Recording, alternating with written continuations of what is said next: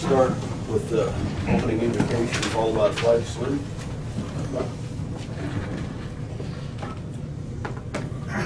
Father in heaven, hallowed be thy mighty name. First off today, Lord, we want to take a moment to pray for our friends and neighbors in Marion County that have suffered losses due to the rains and flooding. Lord, let us help them in any way we can, the greatest way being to pray for them, because as believers we know the power of prayer. If we can help financially, let us do that, or if we can help with physical labor, let us do that. Remember, we're all members of this community. Lord, secondly, there are some major decisions to be made here today, and I pray you will give your guidance and your special wisdom to our commissioners as they make these decisions that affect us all. Lastly, Lord, let all those who come here today be respectful of one another. I know that this is a controversial subject. People believe very strongly on both sides. Lord, let us remember we're all members of this community, respect one another, and realize that those with differing opinions believe as strongly as we do. The scripture says, be quick to listen, be slow to speak, and slow to anger. Lord, let us remember that and the commandment that Jesus gave us to love one another as we love ourselves. Lord, I offer this prayer in the name of your Son and our Redeemer, Jesus Christ. Amen. I pledge allegiance to the flag of the United States of America and to the republic for which it stands, one nation, under God, indivisible, with liberty and justice for all.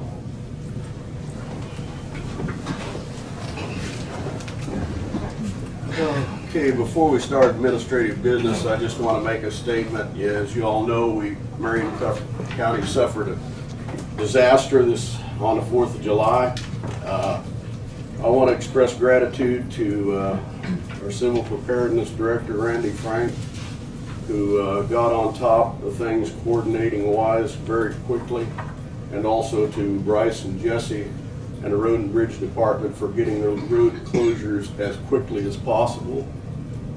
I personally feel like by them being on top of things as quick as they did, we probably may have saved some lives and people from being injured. So my accolades to them.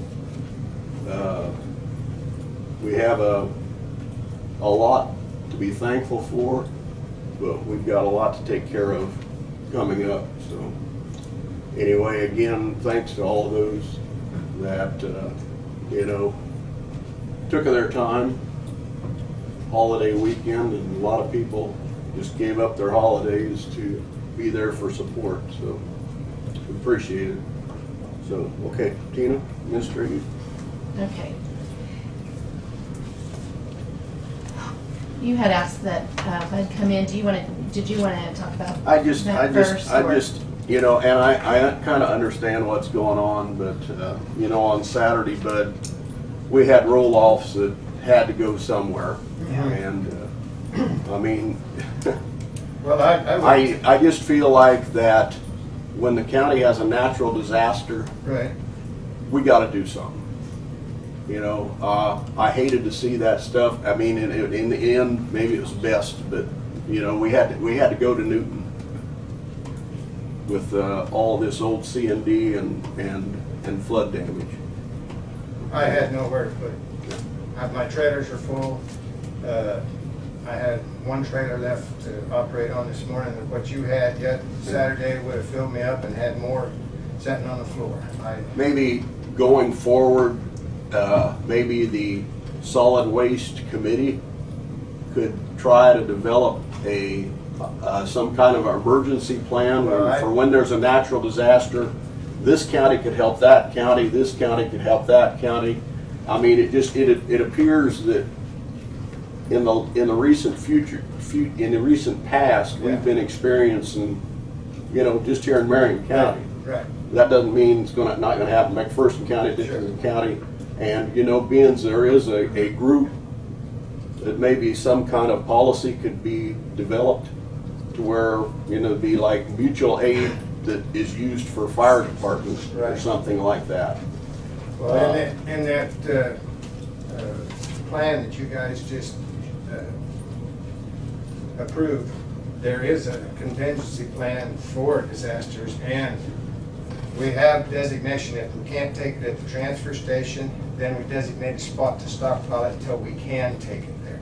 So that should have been implemented Saturday by Randy. And, they could have just stockpiled it, and then if we need a road and bridge to take trucks to haul it into us, I took everything I could. Well, it was probably a blessing that Waste Connections handles the refuse in that part of the county. Right. Because, they have the ability to handle a lot of stuff in a hurry. Right. So, from that point of view, everybody, it probably worked out okay. I'm just thinking about going forward and, I agree. if we have a tornado, holy cow. Well, That's just even gonna be, Yeah, that's gonna be something totally different than what we had the last few weeks. but, when you have a flood, you gotta get rid of stuff in a hurry. Mhm.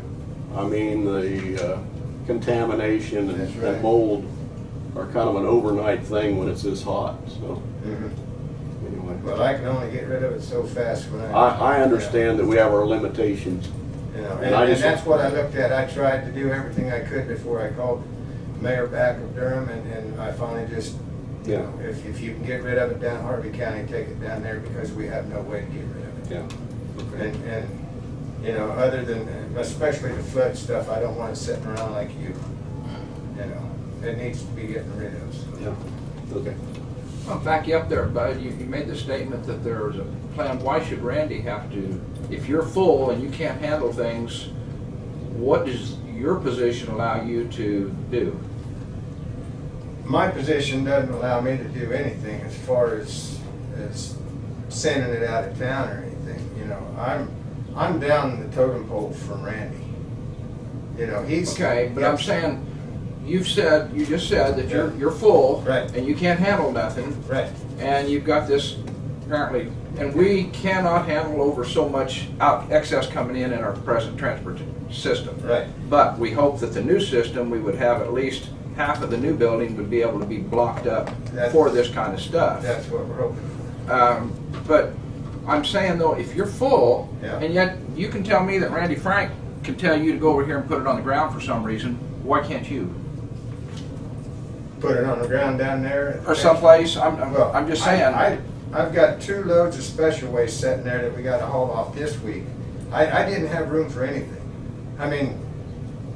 Other than blocking off the whole area Okay. around the My next stable. question is El Dorado open on Saturdays? I have no idea if they're open or on Saturday. I don't know. Yes, Yeah. they are.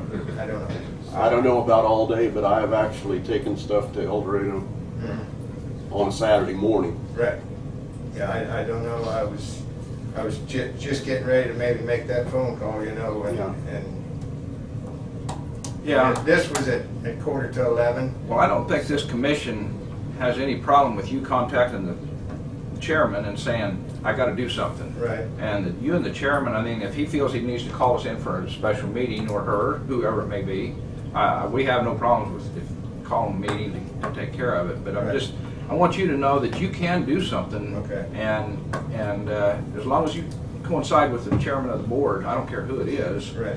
I think it is important that we do what we got to Yeah, can do. and I tried to do everything Yeah. I could to get it. If I would have had room to store it, I would have had them bring it in and dump it. But the way I feel, we're operating at about 80% of our load most of the time, and if anybody takes that 20% extra that we can handle, then we gotta tell everybody else in the county, sorry, we're full. Right. And that's not a good thing to No. do, but I that's, would have had to shut down, probably shut the doors down until we got rid of trash this morning. well, If that would, but that would have happened, I mean. If that's what we gotta do. Everybody would have just had to been Right. mad at us. And plus, I wonder if there couldn't be something worked out with, there are a number of, it's not just Waste Connections, there's others around that do refuse work. Mhm. When you get into a natural disaster like that, if somebody couldn't coordinate and Waste Connection says we can do this much and we can contact another company, maybe we could get a lot more hauled too. Right. it's like that big old building over at McPherson. I mean, I would have hauled there if they would have let us, because they got a floor that's Yeah, you twice just the keep size dumping, of what we keep would, dumping. if they can handle us. I don't know, but I think that's, next meeting would be a good deal to discuss how we can work between our other counties around us in In this the case. meantime, I'll get a hold of them and see what's possible with them and Good. get that for you, so. Because I know they have an issue at Durham right now where they didn't know where to go except on a burn pile. Mhm. And I'm sure there's stuff in there that Probably shouldn't be. maybe shouldn't be there. Right, But, you have to do it. right, At the time, you just have to do it. right. Okay. Thank you. Appreciate you coming in. Yep. Yep. Okay. Go ahead, Tina. All right. You had a couple just informational items in your packets. There is a letter in there from Rick Savage. There is, you received the petition verification information from Russ Avey last week, and I included that in the packet today, just so you have that in a public packet there. And I think he'll be talking about that later. So those were just informational. Right next to you. Well, his head is right in front of the camera. Oh, There you go. We have the minutes of July 1st. okay. Everyone had a chance to review those minutes. Make a motion to approve. Okay, I have a motion to approve the July 1st minutes as written. Yep. I'll second that. All those in favor? Aye. Aye.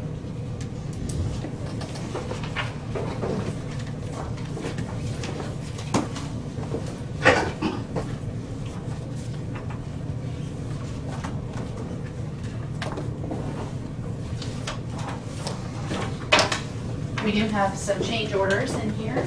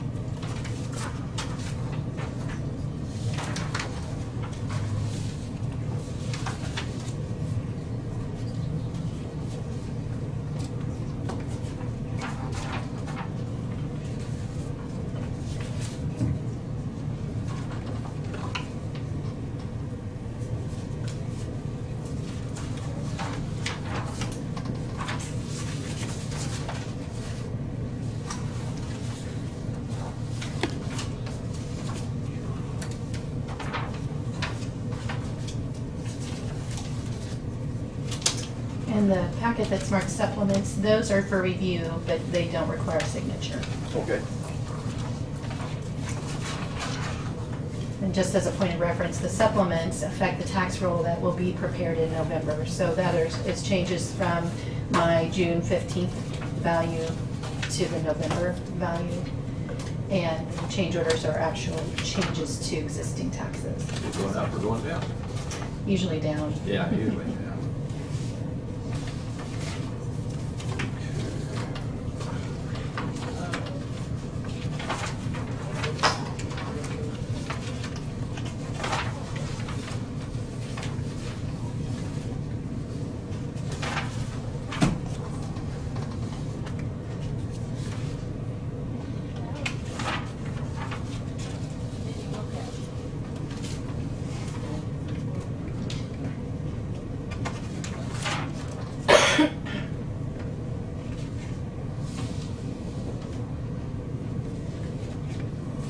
It's all involved personal property. Yeah. it looks like. Yeah.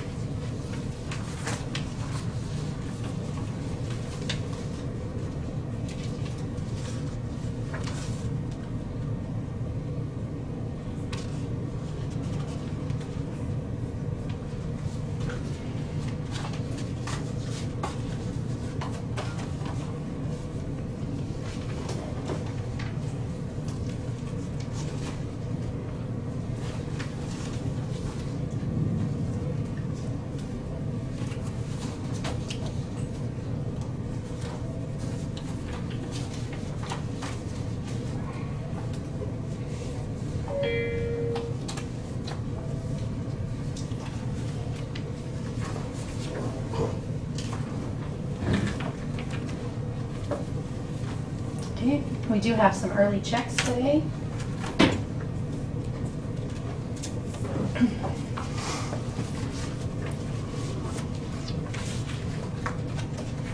We check $117.91 on ambulance utility.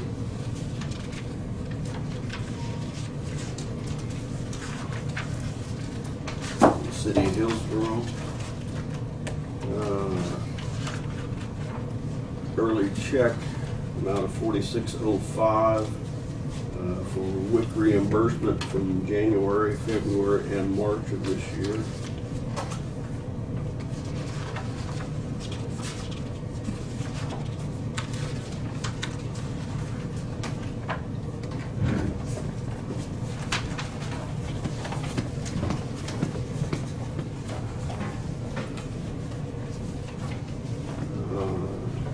Check to OCC Outdoors for $512.33 for a park memorial bench. That would be at County Lake. That's a memorial bench for Ed and Gemma Davies. So those are funded by memorial donations that come in. Yeah.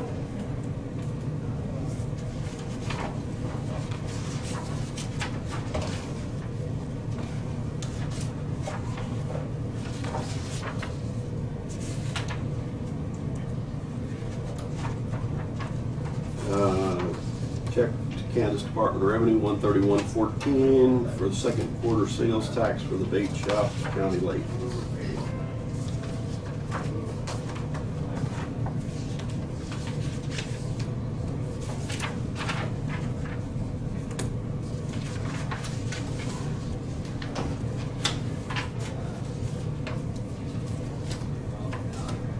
And $25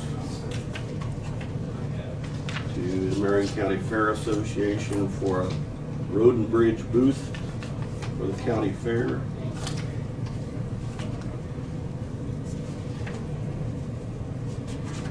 And that is it.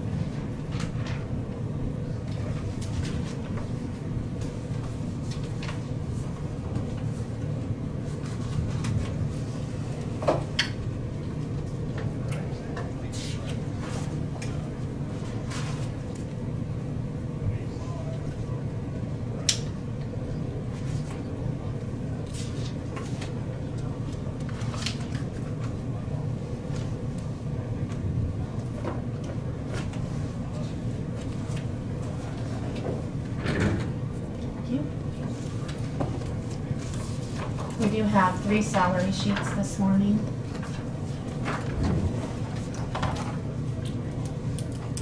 Okay, the first one is ambulance, David Simoris. Part-time AEMT, starting pay $13 an hour.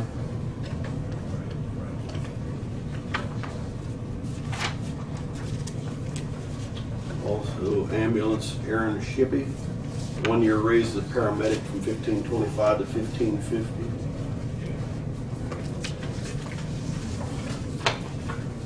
And also for the ambulance, Robert Hewlett, 6-month raise as a paramedic, $15 to $15.25.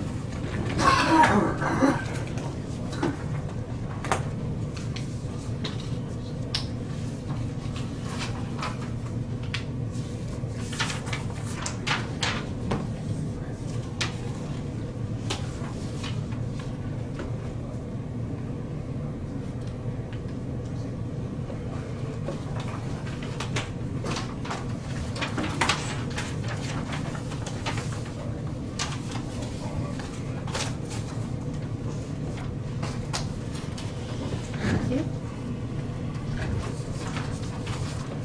And then the last thing I have, Kent, you had asked for a memo to the department heads Yes. regarding spending and budgeting. I put an example or a draft copy at each of your, under your agendas this morning for review. Is that acceptable, or is there? I've reviewed it. I think it addresses the areas that we'd like to have addressed. Okay, so if you wanted to utilize that, then I have the original here for signature. Okay.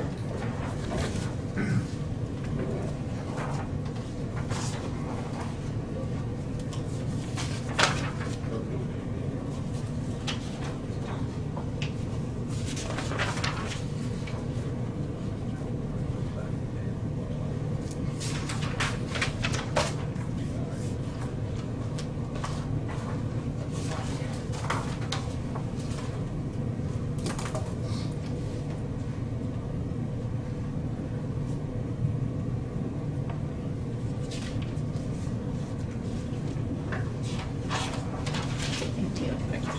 Okay, and that's all I have on administrative. Okay, Road and Bridge, Rice. Transport fuel bids, Hillsborough or the cooperative, Hillsborough was low bid, so if you guys want a copy for each one. Just ask that, Yours is so be second. approved. Okay. Have 2 bids, Cooperative Grain Supply, F Service, low bid, the Cooperative Grain and Supply, in the amount of $16,501.10. I'll move we approve that purchase. Second. Moved and seconded, all those in favor? Aye. We have 2 salary changes on Road and Bridge for 6-month raises. Okay, so for Road and Bridge, Terry Stubblefield, 6-month raise as administrative assistant from $2,061 to $2,103.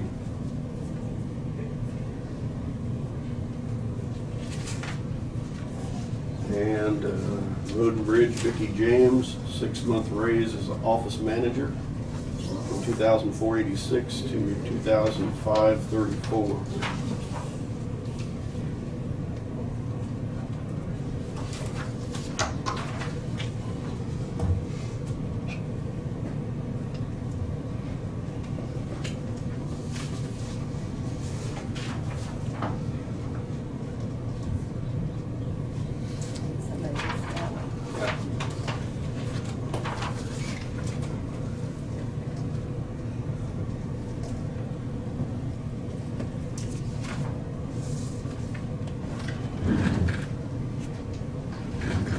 Okay, our truck bids come in last week. The only bidder we had was Hillsborough Ford on both our 1/2-ton and 3/4-ton pickups. There's a copy for both of you. 12 to 15 weeks. I guess I would like the commission's approval to go with the 1/2-ton super cab And then there's also a 3/4 ton standard cab. There's a copy of that. It's the only bid we've got. Yep. Yeah, we went to Clint Boyer and Toyota in Emporia. We went to Conklin Cars in Newton, which covered basically all of them through Salina, Hutchinson, and Kansas City, as well as Mid-Atlantic Motors. What about the government, that government purchasing? That's what this is through. Because you can see what the actual price is compared to what they're, basically falls under the fleet program. So.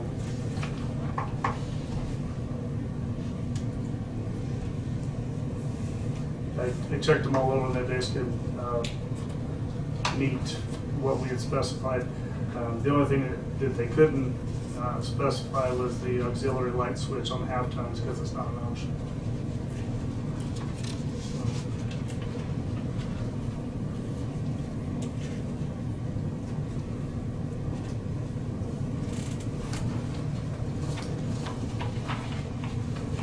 Reason for a half-ton pickup being ordered?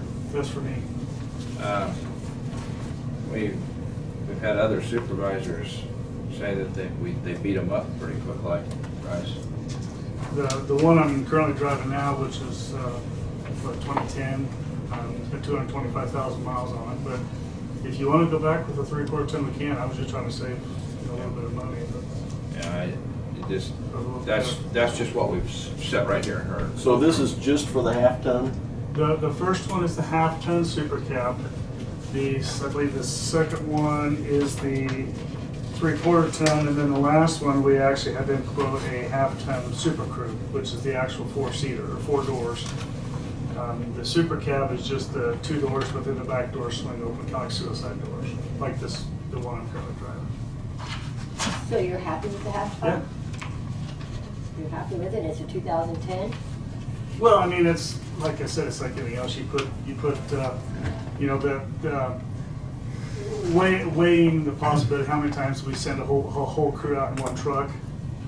Not real often, but it's still an option when you've got the extra seats back there. You can put people in. But if you want to go back with a 3/4 ton, I think that the last supervisor had said about the reason about the 3/4 ton was if you're passing that down to the crew, that they may need that extra. Another reason. So I believe that was the reason. I don't know if it's valid or not. well, it's like, you know, the one that Jesse's driving. He very seldom loads it up to go anywhere, but you know, there's always that option.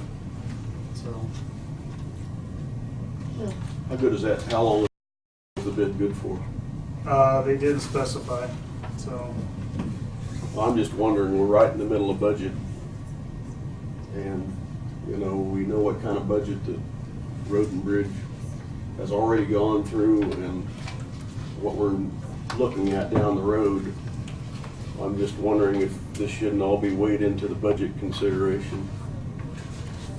I understand. I mean, it's not like you're broke down and have no transportation. Well, no, but I mean, that does come into play when, you know, could be if we're out running the roads, checking other things besides being in motor graders, but that's totally up to you. You have this in your budget at this Yes. time? Yes. Both of those trucks, as well as the trailer and backhoe that are coming in this Friday, we're all budgeted for 2019. I don't have a problem with the half ton myself. I mean, that all plays into how well you take care of it. Sure. I mean, so, I think And it's typically fine. you get better fuel mileage with them than you would the bigger trucks. Sometimes we go overkill, and, I don't think we can afford I was presently impressed with the bids. You know, I thought those were very good bids considering. Yeah. Well, the half ton versus 3/4, I don't have a problem with the half ton, saving some money and just take care of it. And it should last just as long, be my thought. That ain't the point of my explanation with that on the roads that they travel, if they get out with the graders and stuff like that, is just hopefully we have smooth roads someday and get them all taken care of, but the roads just tear a half ton up. I mean, You that's keep the talking point. about this rain though, and that's one of the It's- problems. Yeah, it ain't gonna, Sure. right. That's terrible. Our roads tear up the truck. Mhm. That's- I Well- expect them supervisors out there right where the worst is. Yeah. I Well, we- don't we like have- a highway supervisor. If a supervisor don't get out and find out what's out there, well then, it's not necessary to, so. I'm just saying that, you know, I'm willing to try it if the commission's willing to try it. Budget issue, Kent, that's a good point. But you've got it budgeted for in 2019, Yes. but I also know what, Rock budget. that rock budget's coming out of general fund. You know, we've got to watch our general fund balances, we just do. We're gonna find that out when Mr. Lloyd gets back with us. So it all weighs in, whether it's budgeted or not. Well, it's like I talked about when we had our budget review, you know, I was asking to revise the 2019, obviously, to lower it, to help out a little bit. I mean, that's, willing to do whatever I can, not get all the equipment we have. I mean, we're gonna have some equipment expense too coming up. And so that's where the half ton would play into at this time too, because that's gonna be a little bit of a savings there. But Where's the heavy duty one that the 3/4? Second one. Where's it going to? Just to replace like the one Jesse Smith has, it's like 450,000 miles. Jesse Smith, or had, Yeah, okay. And on that 3/4 ton, it's standard cab. standard cab, drive it, Yep. single standard, single door. Yes. And it's only $300, a little over $350 more than the half ton. Right. But the Well- has ton is the super cab though, right, or the? Yeah, Yeah, Not that's quad different. cab, though. correct. Right. That doesn't, super cab doesn't, Well, it's, that's not that much big a deal over a standard Yeah. cab. A little bit of space in the back end to throw your backpack. yeah. I mean, I guess you could jam a person back there. if You can had to. actually fit, you know, 3 guys back there. Is it comfortable as the quad? No, but like I said, talking with Jesse and said, you know, how many times would we use that? I think we could save the money, because they're like $2,500 difference between the two. $2,500 is $2,500. And you're talking about Jesse Smith's grader operator, right? The Yeah. district up there. But just, yeah, like I said, just the trucks we're running around with out there, but Mhm. it's the one that's got the red door on it. It's a white truck with a red Yeah. door, and it's been around. Wouldn't we keep the new one around here for the supervisors though? And then try to allow him to have another one of the trucks that's got We just- 300,000 miles Yeah, on it? yeah, we're just trying to get some replacements coming in there because we spent a lot of money on the maintenance on it too, so. I like your idea a lot better there, Ken. I'd move a used truck down to the grader operators, sit down and have a supervisor. That would be both supervisors would have a truck. Yeah. I mean, I think the new ones need to stay in the supervisor. Yeah. Okay. You can jockey some others around somehow, I would think. And that's the idea we've done too. Randy Crawford started that. He picked up a bunch from the state auctions, and that's where that one, probably the white one, come from. And then we got a red one. They've got a couple that way, but, Yeah. you know, Who all gets a truck right now? basically the guys use them, when they're not out with their blades, they're out to, you know, look at the roads, trimming trees, whatever else that doesn't require the blade. So they need it just anybody? Yeah, well, just Everybody. whoever needs them. I mean, we don't have pickups for everybody, but we just try to make them work all the way around, so. And there's a liability issue, do they use their own? Really? Pay them They mileage? have mileage and everything else, that is an option, you know, so. And I can honestly say that, there's been some guys that said, you know, I was out driving around in my own pickup, I don't want reimbursed for it, I'm just, you know, they're checking out the roads just while they're out driving around, so. I know that is in the job description of a lot of the guys, to where they would use their own pickups, which is probably not a wise idea, but. Well, I don't know if it's wise, but I'm sure that it's utilized in some areas. Well, what's the commission's wishes? I guess I would feel that we maybe buy the two and move the supervisor get one and move one supervisor's truck down to replace that one that he's talking about. That'd be my motion. So you're talking about the half ton and the Three-quarter ton. standard cab? Yeah. 3/4 ton? Yep. So we're looking at a bid of $28,612 on the half ton F-150, and a bid of $28,960 on the Second. Ford F. Is that 250? Says- Oops, sorry. It says Says 150. 150. Right. What the heck? Oh, the first one is It's a the 250, 3/4 ton, yeah. I'm sorry. Mm-hmm. I thought I had it. And then the second one is the half-ton super cab. Right. Oh, the first one Yes. is the F-250. Yes. Standard cab is $28,612. Right. Why wouldn't we just get two of them? 2 3/4 tons. I mean, it's not a big amount of money, I guess. Well, the only thing we did was you got the super cab in the F-150, and it's got a little bit different options on it, but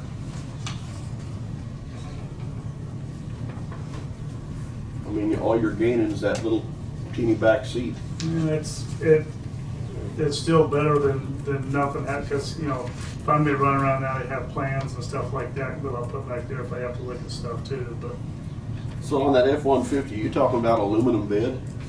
you know. Well, it says here, I'm looking at something, I just saw the aluminum.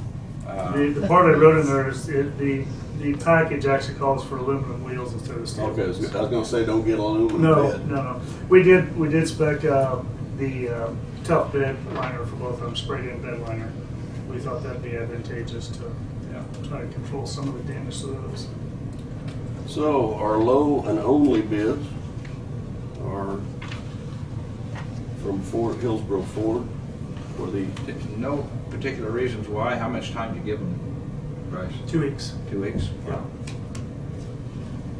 I would have thought. And Midway would- honestly, Hillsborough Ford called back with a couple questions, nobody else even called back.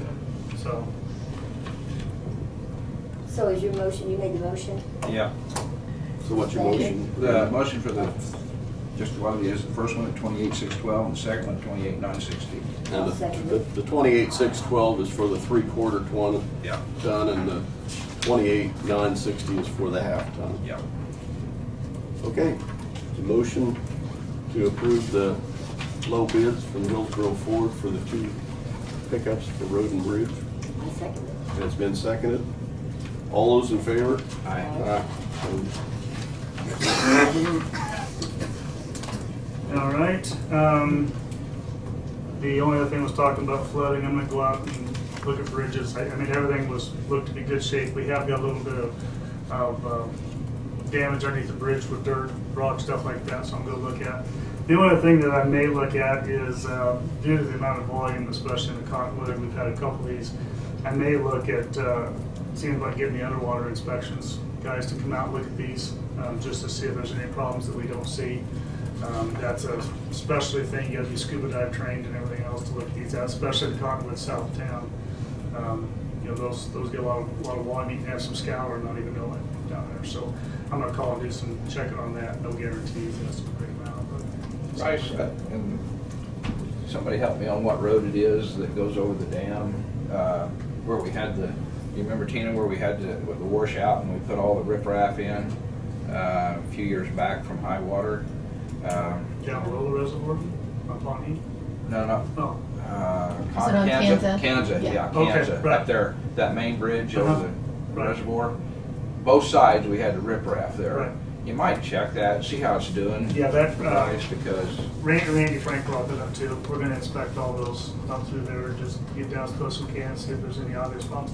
Those are pretty fortunate that they've been underwater, or when they had water standing in when this flood come in, so that helps a lot, you know, fact is, but, you know, these other ones didn't have near as much water flowing through them at the time this water come up, so just something to look at, you know, if we see any kind of, but I know there was a little bit of dirt loss at the abutment on, up there at Durham. I mean, it's not structural yet, but it could be down the road pretty quick, so, is our crane in operation? yes. And it won't reach out exactly what they need. The last time, we've got a 4th Street bridge in Florence. It's an ugly old bridge. It stands the floods every time, but it's got brush backed up probably 100 foot in the center of the bridge and clear to the top. The water comes up, it goes both ways around it, and it's eroding more due to that. And it's not our bridge, I don't think, but it's in the city limits. Yep. But still, I'd like to see if we could possibly sometime, it'd be a wintertime project, I would think, if anything, we could do anything to it. That we've talked about using that. One of the things that I'd like to look at is currently our clamshell we have now does not have teeth on it. They said it takes basically one twig at a time. Well, if we got teeth down there, that would help immensely. Probably to move that kind of debris down there, I'm guessing we're probably talking several weeks. It's not, You know. it's not a day project. Yes. It's Yes. weeks, yes. Have to close the road. The other thing that we need to look at too is with as much water's been going through there and all that debris is, I think it only had 10-ton limit to begin with. That's, might be pushing the issue to set that crane out there and do all that work and. They didn't, I think they set it at the edge and didn't get on the bridge. Well, and that's the Yeah. other option, is when you start booming down that far and picking up that wet debris, Yeah. you're not gonna get much. Yeah. It's a bad deal any way you look at it, Right. because you play a hard time trying to get down there at the bottom with any kind of equipment to work on it too. You know, I guess last time they brought in pontoon boats or something. Yeah, the guy that was he was an excavator on top of pontoons is what it Yeah. was. Then the other problem is you have to, how do you get rid of debris? Yeah, You know, and they that's- burned it right there. Yeah. That's what they did, Yeah. set it and burned it, but. And, I mean, it goes to the structural rigidity of any bridge that's gone through that kind of, through all those years and still stand. I guess it shifted a little bit or something from what I've heard. The but- side rails have, Okay, side, okay. the things that people walked around the Okay, edge there, gotcha. just clear the edge of it. Is that considered a connecting link? I don't think so. If it's not a paved road, it probably isn't.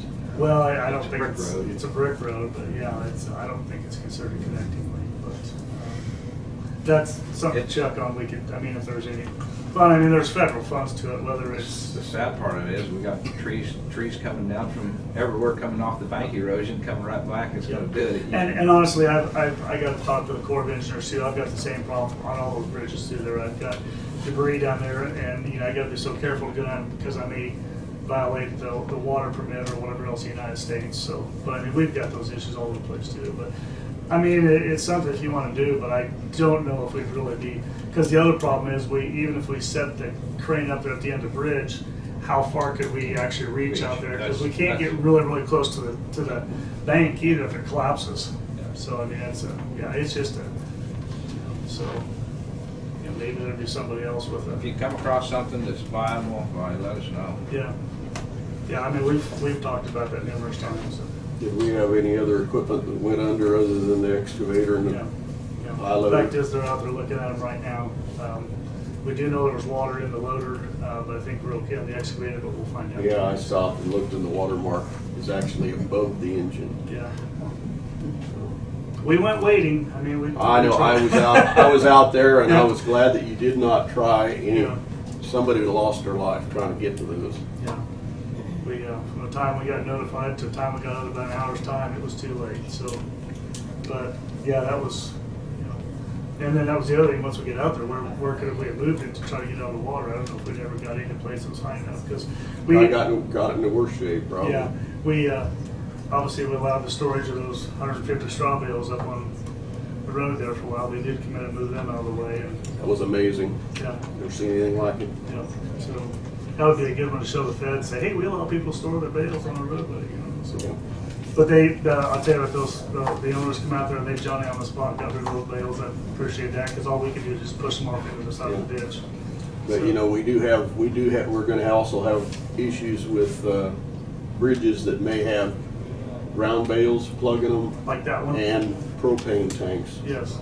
There were propane tanks floating, Yeah, I understand, down Mud Creek. okay. I didn't know if any of them got away from up there at Tampa, but they were. Yeah. And that And there was some the 55 area that I gallon was barrels and told. stuff, too. Yeah, A lot of them floated in the Durham area, but I think most of them have been found. okay. Yeah, we noticed that too. I didn't realize Tampa had a lake up there, but Mhm. they did for a while. So, the only thing I had was I had an employee that was supposed to be on vacation the next 2 weeks. He's one of my blade men, and he would ask, and I would agree with that, to give him an extra month to take off his vacation. He was supposed to have it done by his anniversary date, the end of his pay period. He's very committed to getting these roads back up into shape, and like I said, I would like to do that too. I'd like to request an extra month for him to get that leave taken care of, because the fact is, he was out there Thursday and Friday, just, you know, running the motor up down the road, getting rid of debris and stuff like that. So definitely a dedicated employee, and if you guys don't have any problem with it, then I'd like to do that. So, Do we need to make a motion to do an extension on something like that? Yes, and we need I need the name of the employee because, for us to know what to do. And- Okay. Yeah. Okay, I'll make a motion to extend the anniversary date for vacation for Mark Heiser from, was it July 21st? Yes. July 21st to August 21st. Second. Been moved in second. All those in favor? Aye. Okay. I have a question for you, just a dear. On the job descriptions, when you came in, you and Jesse were gonna go and Mhm. sort them out. How are you doing on that? Honestly, we haven't done much because we've been dealing with everything else, but we'll definitely get on it. Good, thank you, Brad. Is Isaac here? He's up. Yes, tell Isaac to come, he's right there. Gabbing away.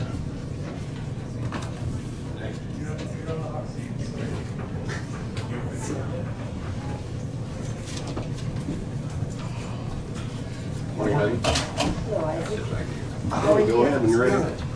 Busy weekend. Yes. I just have a couple of questions here for the quarterly update. A big one is we've been going through the boat storage area there south of the house. And there was a list in the office when I started, and there are a handful, 2 or 3 of those trailers or boats that I have no information on. And they haven't, I've kind of just sat there and waited to see if somebody were to come in and pay their storage fees on them. And I've been there now for about 1.5 years, and there still is nothing. And we've been talking about trying to clean that area there up. And so my question is, what would be the best way for us to go about that? I don't have a name, on some of the boats and stuff back there, I don't have a name, an address, anything. Don't they have a KA number? 2 of them don't. Well, one of them is a boat, and it doesn't have any kind of tag or anything. There is a VIN number. I found a VIN number on there, but it doesn't have a KA number. It's on a trailer that does not have a tag. Then there's a camper there that does have a tag. Then there's another one that doesn't have a tag. Well, if we can So- trace them back, we try to trace them back, but when there's no information, can't you handle those kind of like a storage unit where no rental's been paid, you I advertise would it? think so, but I think that would be a great thing to have your county counselor handle. Okay, Okay. okay, so you might contact Brad. Okay. Have you put any red notes on them or green notes or anything bright on them with your name and the county office and tape it to them, cover them up so the weather? I and- haven't done that, but that is something that Or we could do. do you have room over there on the other side to pull them over there and chain them up? Put a chain on them On the other side is and in your parking area down there by your shed? Yeah, just move them and Okay. do what you need to do. Put a chain on them and maybe they'll get your attention. Okay. Yeah. My next question is, there's a trailer in the trailer park right now that is, the owners have completely cleaned it out. It needs a lot of work. Well, there's a new guy that's wanting to buy it. It's for sale. But he was thinking of tearing it out. And he came to me the other day and asked me about an idea. It's something like this. It's not an actual trailer. It's like one of those little small houses on wheels. And he said it would fit the size requirements, and asked me if that was something that they would be able to move into that spot. I told him I wasn't sure. I don't know if it's been brought up in the past, but it's not necessarily a trailer or a mobile home. It's just like a house on wheels. And he asked if that was something that he would be able to do. Would it have to stay on a axle? It would, yeah, because there's no permanent structures Right. that are allowed, and that's, because at first I told him no, well, then he told me how it was on wheels and all that, and he said it would be within, because there are size restrictions on what can be put in there. And he said it would be within that, and I didn't want to give him an answer without talking to you guys first. some time ago, I mentioned little tiny homes that Yeah. planning and zoning used to look at. I think this is the same thing to me as a camper, to me. I mean, it can Yeah. be pulled out anytime, Right, anywhere it yes. goes down the road. Yeah, I've seen them on the road. Yeah, yeah. Yeah. I wouldn't have a problem with it. Okay. Just paying our normal rent that we Yes. pay out there. Same privileges goes to them.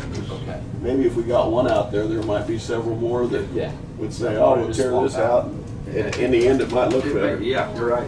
You're right. I don't have a problem with it. Okay. I mean, is there some kind of action we need to take to, I mean, it's still a What is it? home that's on Does he have a wheels. title to it from some company? Not that I know of, not yet. I don't think he actually owns one yet. I think he was looking at one and just saw that that was for sale, and thought about maybe that being something that he'd want to put in there. I believe he's in contact with the owner of the trailer now, and they're trying to work out a deal, because he was gonna buy it, and then he realized the condition it was in, so he just wanted to pull it out. And he knows, I think, somebody that makes these. I would work with, if it's me and you, I would just take and call and say, I need a title to it, Okay. see, so just like a mobile home or something like that. Okay, and yeah, I didn't ask a whole lot of questions, because I just told him I'd ask you guys. It might be like a certificate of origin Yeah, or something yeah. like that too. It may not be exactly a title. Okay. Yeah, I think the commission's willing to work with you. Okay.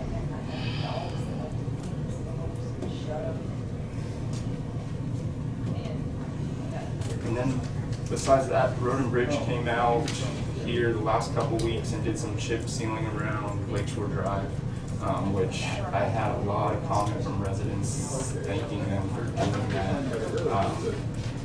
We've had every weekend in the month of June since our Bluegrass Festival, we've been completely booked up as far as camping goes. I think a lot of that has to do with a lot of the other lakes being closed due to flooding. But it's a good thing, because I've had a lot of people come out there that have said that they didn't even know the lake was there. So that's been a really good deal. Our Bluegrass Festival went well. We had about double the attendance of last year. And that's pretty much it. Okay. I think I have a question for you. Yes. First off, you do an awesome job out there. I agree that for sure. But I have a question, and a situation arose, and I spoke to you about it, Yes. and that's about the boats. Yes. Allowing people who don't have boats registered in Marion County, Yes, correct. so we turn them away. So Go ahead. the way the rule states, they are, if your boat, it's Marion County residents, if you own a home out there, or you're a trailer owner, you can get just a Marion County lake permit, it's a sticker, but that allows you to put your boat on the lake and cause a wake, so go over 5 miles an hour. Anybody is allowed to bring a boat out there and put it on. If it's for fishing purposes, it's free. We just do our inspections for the zebra mussels, give them a slip that says that they stopped by the office, got it inspected. If they want to put it on for recreational use, it's $3 a day, but that recreation cannot be skiing or anything that boat causes a wake. If they want to put it on and just putt around, they can. It's just that they cannot cause a wake. And as far as I know, that rule's been in place for a long time. Long time. Yeah, and I think, I don't know, but I mean, I think it was put in place just to try to stop overcrowding of the speedboats. Because, like this weekend, from about Thursday on, we had probably 20 or so boats out there and a handful of jet skis going fast. And I think if you just get It too gets many- congested real Yes, fast. I had an yes. individual call me, he was upset about it because his Yes. relative brought a boat in from out of the county. Yes. And it was not for fishing. Yes. And that rule's been in effect for a long, long time. I believe, yeah, and I believe that's why it was put in effect. I don't know that for sure, but that's the way that it is. So if your boat's not registered in Marion County, you can't get that sticker that allows you to cause a wake. So I wonder if we could rethink that a little bit. I understand what you're saying, and I understand when the lake is crowded that there's a problem, or could cause a problem. I understand that. But if everybody that has a boat in Marion County came out the same day, you'd have the same problem. Yes. No matter where the boat come from. Yeah, and I think, I mean, And since that's part of tourism and to promote the lake, I just have a kind of problem because what if somebody comes out and they're both not registered in Marion and there's virtually nobody on the lake, so we turn them away? I mean, I don't know that that sends a really good message. I don't know that, I mean, I just, yeah, it's the way we've always done it. I got it, and it's been there forever. But, you know, to promote the lake, I think it should be on a day-by-day basis, or a certain number of boats allowed on there or something, but to limit it to just, If we did people that, right in the Marion, I don't know how we're reaching out to promote people to come to our county. I don't have a big problem with it, but there would have to be a limitation on boats in the lake at that point. Well, So you might have 10 of them show up and say, you can't get on, period. Well, and I think people would understand that. I mean, if you can see the lake is crowded, and it's a small lake, or a smaller lake, whatever, people should sure understand that, but just to come out and say, no, I'm sorry, and there's not that many people out there, you can't come to our lake, I just don't know that that's a very positive way to approach things. I just think we need to rethink it. Have any of you spoke to a boat owner that goes out and uses the lake? No? Yeah, I think you have. need Yeah, to. I have. I think you need to. Yeah, I have. I think you need to, because I worked with an avid boater, and a lot of people left the Marion County Lake, of our county citizens, because of too many speedboats, and that's exactly what the rule is supposed to do, is to keep some of it down. I understand what you're saying about tourism, but I think you need to talk to, and I'm not an avid boat owner, I mean, I have something on boat, but I'm just saying that I know the person that was telling me what they do out there for the last 25 years has been, that rule helps that. So. Okay, well, I think we're talking two different things, Randy, because I understand, you know, boat owners who recognize what happens when there's too many people out there. I understand that. My question is, and my issue is, by limiting people just because where they bring the boat. You know, because if there's not too many people out there, I don't see a reason why we should turn anybody away. If there is too many people out there, I think we should even turn some residences away. I mean, we're talking about safety. If there's too many, yes. Yes. If there's too many, there's safety. Yes. Now, who's paid for that lake for all these years? Well, is that how you promote the county? Because Well, I'm we just pay- saying, that's, I mean, we paid for, you know, just like our roads. Are we going to keep people off of our roads? Yeah. I mean, you know, you want people to come to Marion. And this is one of our best resources that we have to attract. With what you just had, the festival out there and stuff, we didn't limit that to just people in Marion coming and enjoying the lake out there that time. well, it's we two want- different issues. No, it's Yeah, it having is. people come to the county. It is. It's two different issues. They're not using the lake, they're not getting crowded. If it gets too crowded, you push your elbows out. But you can't do that in a boat. Okay, Randy, got it. I just, you know, I'd hate to see an accident out there, because too many boats going fast out there. You know, if everybody's going slow, you know, it all started out when it was Marion County Fishing Lake. Right. You're Which talking- some of the counties still call their county lake fishing lakes. And Wildlife and Parks supplies the fishery. We have to, and that saves the county about $10,000 a year. You're just still in talking fish. too many boats versus who owns the boats. Two separate things. I'm not disputing too many boats. We have to have a control on that. I'm just saying to limit to who it is, I think is the wrong way to go. So, Okay. So for further discussion, I'll bring you in a little bit. Okay? Thank you, Isaac. Yep, thank you guys. good. Lisa? Good morning. Hi there. Hi. Mine's really Morning. fast. Good morning. Good. Just a quick update. As you guys know, reinspection is currently going on. Same way with the analysis. Those have started, obviously. Still having a few payment under protests on occasion. Nothing really too major there. We did have some Board of Tax Appeals hearings a couple weeks ago. I have not received any news or anything on those.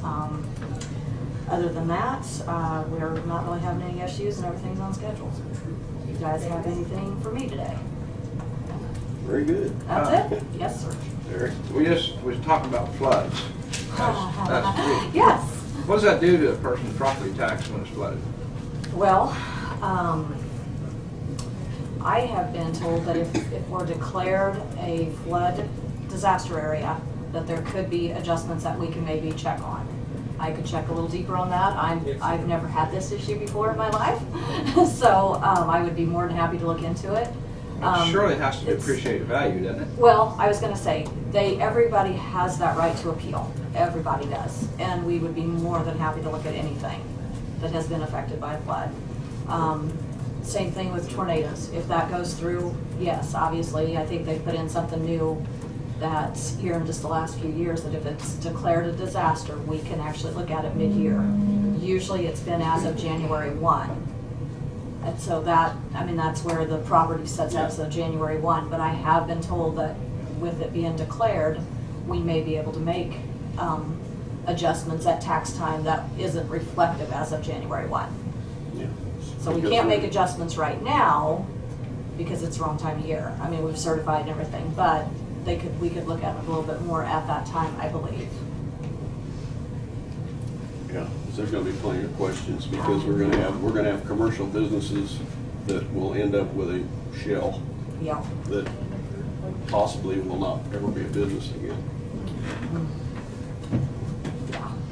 Well, and that's, last week or week before last, I had some grain elevator hearings and kind of the same issues going there. The flooding to get to it every year has been a constant issue. And it's actually not even being used as a quote, commercial necessary, more of just an overflow holding. So, I mean, I'm trying to work on how to come up with that to make it more. When those properties though are in a flood zone, Mhm. I think the rules and things are quite different though, are they not? And I would have to check into that. That we look at it as just the property, not so much as a flood and zone like the planning and zoning does. Yeah. And so I'd need to check into those criterias a little bit more It too. will be an issue that will evolve over time. It will. And that's, I know with hearing the reports of just Durham this past weekend, I know is gonna be pretty major. So. Anything else, Commissioner? Thank you, Lisa. Lisa? All right, have a good one. Okay. Okay, that's the last agenda item until we recess, so public comments. Okay, go ahead, Tracy. I think mine is mainly directed to Tina. Has a paperwork been established for applying for the bed tax money for an event? No, the commissioners just took action for each community to be able to apply for $1,000. Okay, And so you just need to send a letter. for- Okay. Yeah. okay. And that That's what- because we're looking for some money for Labor Day. Okay, yeah. Just send in a request, it should be, Okay. yeah. Other comments? Yes, sir? About the windmill farm. Okay, you state your name, please. Mark Tancreds. Okay. Main thing, I kind of question whether denying the protest petition was legal, because there's two completely different ways of calculating the people that can protest. One is by the number of acres you own, and the other is one owner, one vote, basically. So, you know, using the per acre style, one landowner has a house on 1 acre, another landowner has 160 acres on his property, so that's a 160 to 1 vote. Does that seem fair for the two different people? So it depends completely on which method you use, the outcome will be completely different. Get the other side, the pilot program, road maintenance, we need to get that signed before we go on with the CUP process. They should, on the pilot program, they should be paying close to $1 million a year for 10 years, since they don't have to pay any taxes for 10 years. And, you know, that's taxes for 10 years, or $1 million a year for taxes is nothing compared to the $400 Diamond Vista. And finally, determining the sufficiency of protest petition. It says by the owner of the specific property. It talks about rezoning, and such properties are also excluded when calculating the total real property, or basically acres. And appears to be only for rezoning, but if they exclude those owners, that will make a big difference too.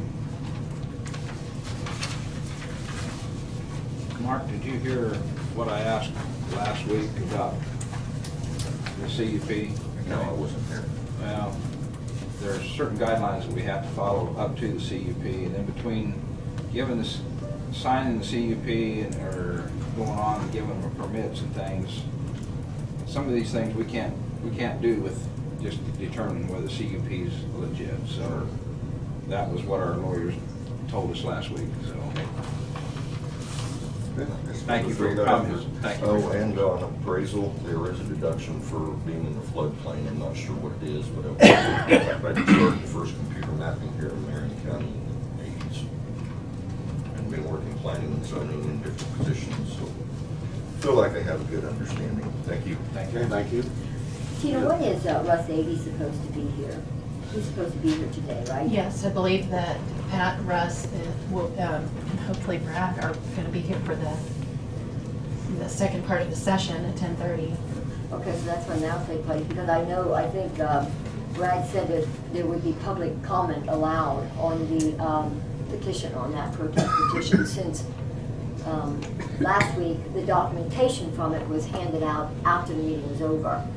And I spoke to Brad, well, I sent him a text, that the people didn't have a chance to respond to any of the methodology that he had used, and I felt as though it was unfair.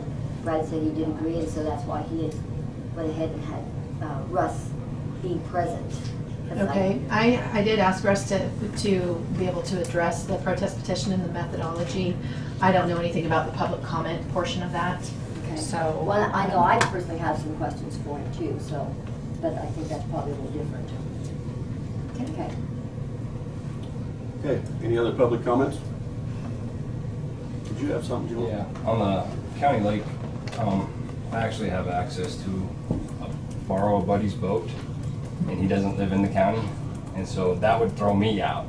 And I just wanted to bring that up, that if it's for citizens of Marion County, then we need to at least reevaluate the rule a little bit. But in addition, I'm also for the economic growth of, we have a bunch of tax-paying businesses and deals in the county that also contribute tax roll. So they would give them a chance to recoup, something in sales tax or get something back for paying for those taxes. I'm not addition to- against looking at it. Yeah, it's just. And then the other thing was, I watched a video on the shadow flicker on these windmills, and I know we played this out and went through this, but it would drive you crazy. I was hoping that in the CUP there is something against shadow flicker, because I watched it for about 2 minutes and I was about to lose my mind, and it was. No more than 30 hours? It's addressed in the application. I haven't seen it, so I just. What it says in the application, I'll just tell you, is that any one resident do not experience shadow flicker any more than 30 hours in a week. Wow. No, It's a year. it's a year. It is Oh, a year. 30 that's hours a out year? is a year. It's a year. 30 hours in a year? Yes. Well, I know you can go to Ramona on Grail Creek Road, and so you are on the east side of Trapen. And every night, when the sun starts to set, you have that shadow flicker. Now it's on fields. Across the Ramona Road? I'm Is that sorry? where you're talking about, across the Ramona Road from the ones? Yes, yeah, on the Ramona Road, I think it's Quail, I'm not sure, Yeah. but, yeah, but as I was driving to Ramona and so on, if you go in the evening, I mean, it's an awesome sight. It is, it's like a strobe, because the sun is on the west side, and Right. it just covers the whole Right. field. So if anyone wants to actually see it, that's a good spot to Let see down it. 35. There's a YouTube video, and that's what I did, and it was, that was awful. Any other comments? If not, we're going to recess to the Marion High School Performing Arts Center, and we will reconvene at 10:30 or around that time. One thing, there is absolutely no food or drink allowed in there. They made us promise, so they'll be signed. So don't bring your drinks over. Okay, we're going to recess. Director, Expedition Wind Conditional Use Permit and Development Plan. So Sharon?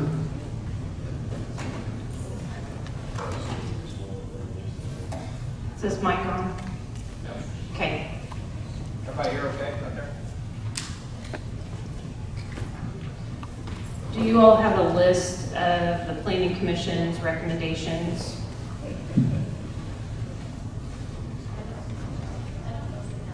Okay.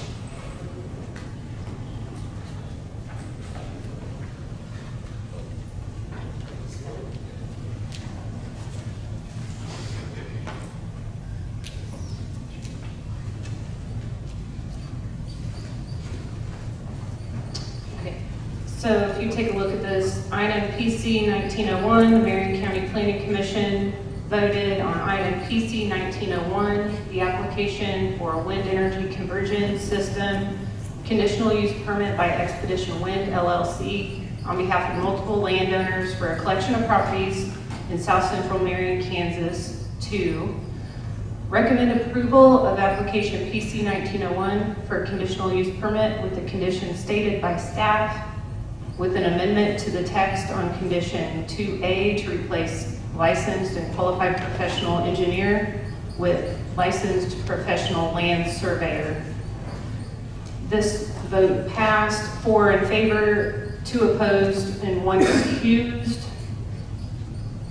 They also recommended the development plan as presented for existing conditional use permits from Marion County Resolutions 1019, 1122, 2004-13, 2014-22,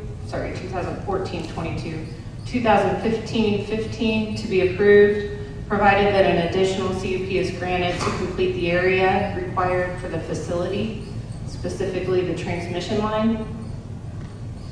This vote passed 5 in favor, 1 opposed, and 1 recused. Have you all had a chance to take a look at the conditions recommended by the Planning Commission? Commission? I have. Okay.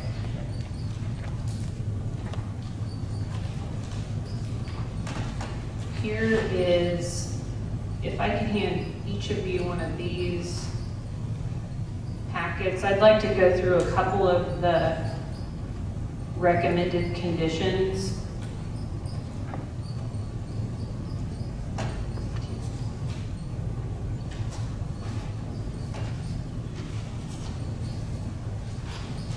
These are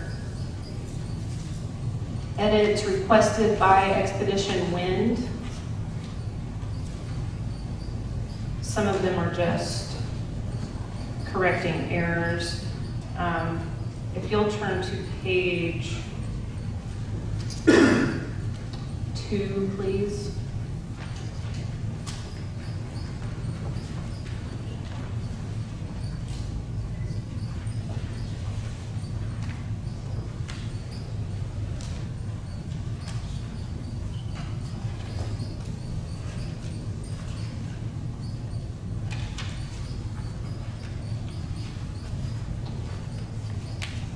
If you see item D on page 2 up at the top,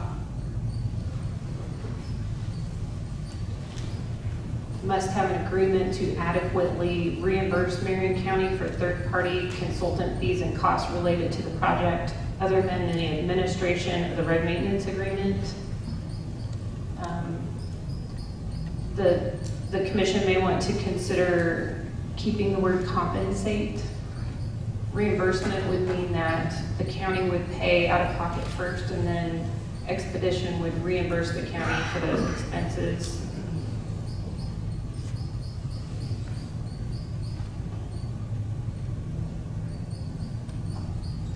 Item 2, the development plan. Attached is the approved depiction of the applicant's WEX proposed layout within the CUP approved layout. As allowed by the Marion County Zoning Code, this approved layout is conceptual, and the CUP holder may make certain adjustments to the approved layout and development plan without necessity of reapproval of the development plan, so long as it continues to comply with these terms and conditions. Certain other approved layout and development plan adjustments may be approved by the zoning administrator. The development plan that was approved by the Planning Commission was contingent on a CUP for the remainder of the area needed to make it a complete project, specifically the transmission line. So depending on what the commission decides to do with that wording, I don't know that we'll include this item or not.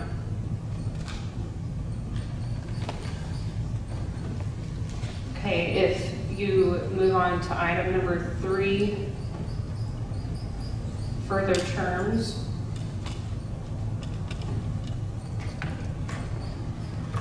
They have added a 5th item under A, 2 miles from Peabody city limits existing on the date of this resolution. So that would pertain to the turbine setbacks. Turbine setbacks would be 2 miles from the city limit of Peabody. I would agree with that.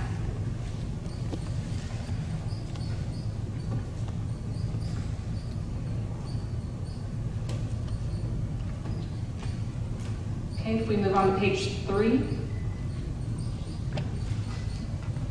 Down at the bottom, item K, Expedition has included the verbiage existing on the date of this resolution. That's pertaining to residences at this time. I would agree with that.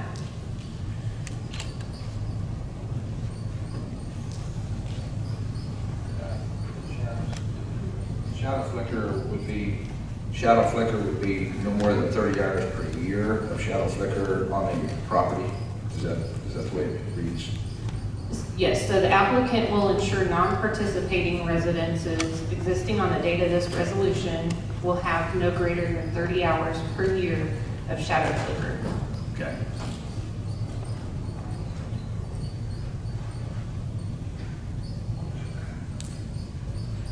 Do you want to go through these line by line, or? Yeah, I think the way you're doing it is Okay. appropriate. Okay. So let's move to page 4.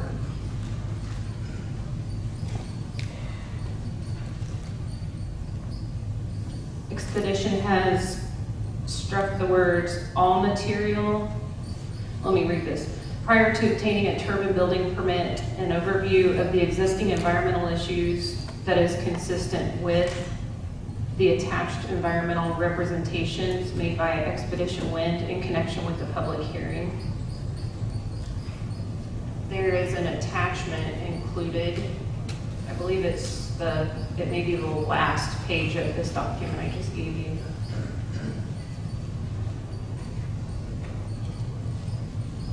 It's all blue letters. Yes.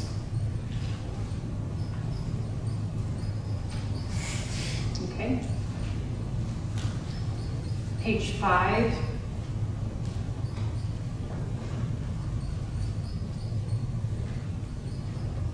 Expedition's edits are audible noise created by the WEX shall be designed and modeled so that noise is limited to 50 dBA, 1 hour LEQ measured at the exterior of non-participating residences existing at the time of this resolution, and 55 dBA, 1 hour LEQ measured at the property line of any non-participating property that includes a non-participating residence existing at the time of this resolution. If at the time of this resolution, the property is both contiguous and owned in identical ownership as the non-participating residence. So this would allow the project to be designed and modeled so that the noise is limited to 50 dBA, which is a weighted. I agree with the dBA weighting. That's common practice. However, I think that we should limit to 50 dBA so that when the turbines are constructed, that they do not exceed the 50 dBA at any time. Our regulations are stated to protect the people around the project. So I think that we should limit it to 50 dBA. Do you have any questions about that? Sharon, you have, these are the changes that are requested by Expedition, but not necessarily your opinion that we need to stick with. That's correct, yes. And I do agree with using the DBA weighted sound limit. However, what they're stating is that their project would be designed and modeled so that it can meet 50 dBA. I think that we should still limit it to 50 dBA. Do you have any questions regarding the sound study?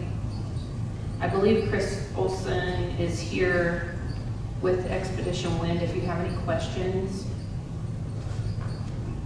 Well, I guess my question is, with this weighting, Pat, is this a material change or a technical change?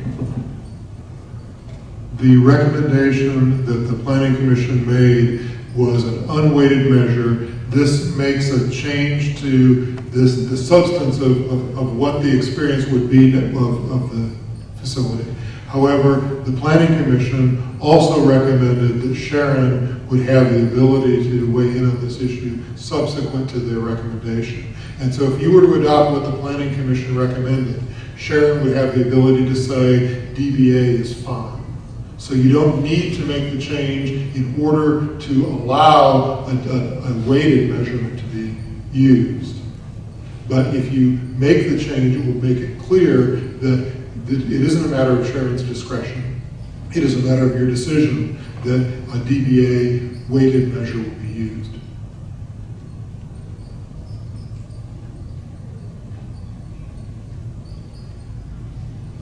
Is this after they're standing and running and somebody pulls up with a meter and checks it and it's 100 dBA?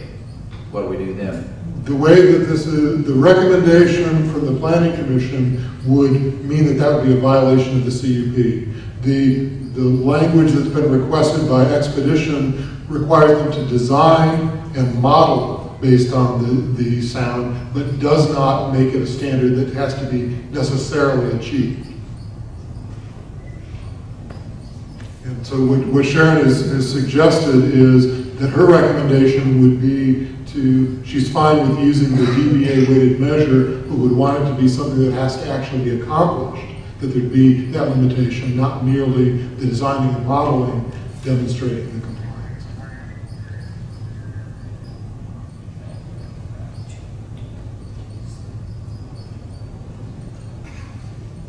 Do you have any other questions for me or for Expedition concerning the sound?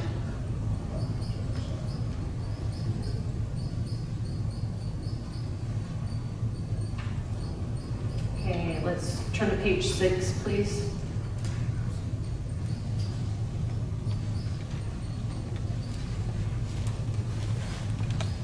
Number 13, Expedition has included the transmission line used to deliver electricity converted by the WEX will be constructed in compliance with all applicable law. This is, again, a little bit contingent upon how the commissioners decide to move forward. At this point, the transmission line is not included in the development plan, but it just depends on what the commission decides to do. Number 14, the following terms apply only to the development plan updates to conditional use permit resolutions 1019, 1122, 2014-13, 2014-22, and 2015-15. The existing development plan for each CUP is replaced and superseded with this updated development plan. That would be my preference as a zoning administrator. It would be easier to keep up with. Basically, everything would be consistent. Next page. Sharon had a quick question. Okay. Does the transmission line, the way that it's written, will it require a CUP or not? I'm going to defer this question to Pat. The entire project, the way the code is written, every part of land that is in unincorporated areas of Marion County that's used as part of the project, including the transmission lines, is part of the WEX. And so it would need to be included. If there is unincorporated land in Marion County that's going to be used for a transmission line, it would need to have a CUP. However, the applicant, Expedition, as I understand it, is not necessarily committing to the particular route for their power line, for the transmission line that they have identified at this point. So what the Planning Commission has recommended to you is that basically they're saying that the development plan that's been presented is okay with the Planning Commission, but they're recommending that you withhold adoption of it until we know what the total of the WEX project is going to look like, which would include that transmission line. And that there would be, if it needs a conditional use, that there'd be a conditional use in place. What Expedition is requesting is that you go ahead and approve the development plan with a contingency that they still have to do something about making sure that we have the power line, the transmission line approved, but that the development plan is nevertheless approved at this point with that requirement that happen in the future.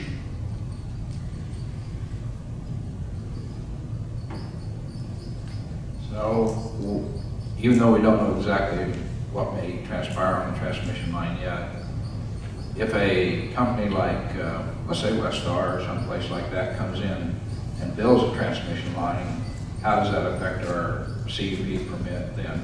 They don't come in and give it one when they want to go across our county anyway. It depends on how that happens. If what happens is we have a utility that's coming in and putting in a line that is owned by the utility and that's not part of the project, then there's going to need to be, that's not going to need to be included in a CUP for the WEX because it's not part of the WEX.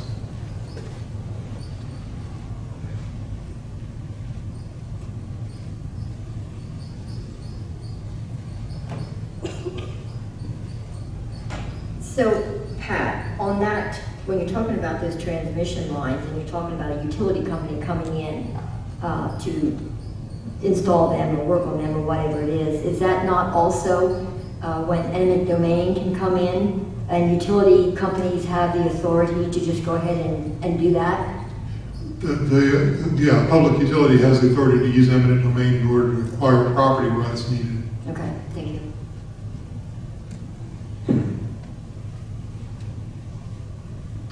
Are there any other questions on that point? Okay, so the last page, page 7. This resolution does not amend or modify the terms of each CUP, and to the extent any term or condition of the updated development plan conflicts or overlaps with the term of a CUP, the CUP terms remain in full force and effect and control, but the county may elect to take advantage of the additional development plan terms that benefit the county. So I would agree with that also.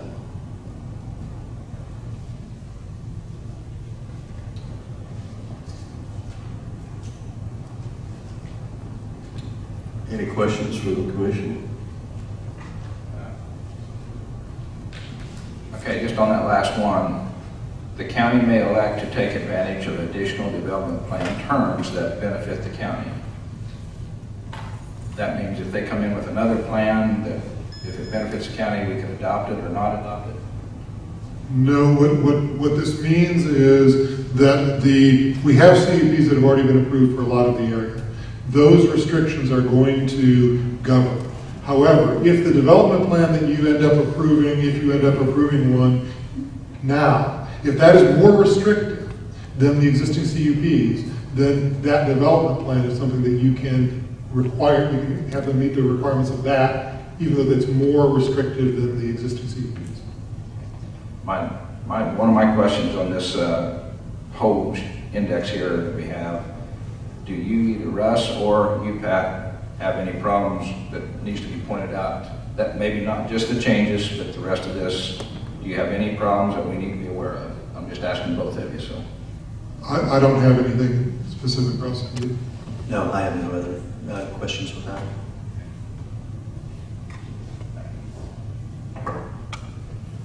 Okay, is there anything else you need to add, Sharon?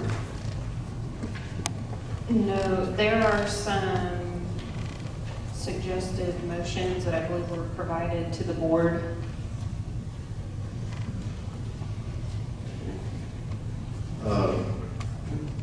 Commission, is there any other questions of Sharon or Pat or Russ?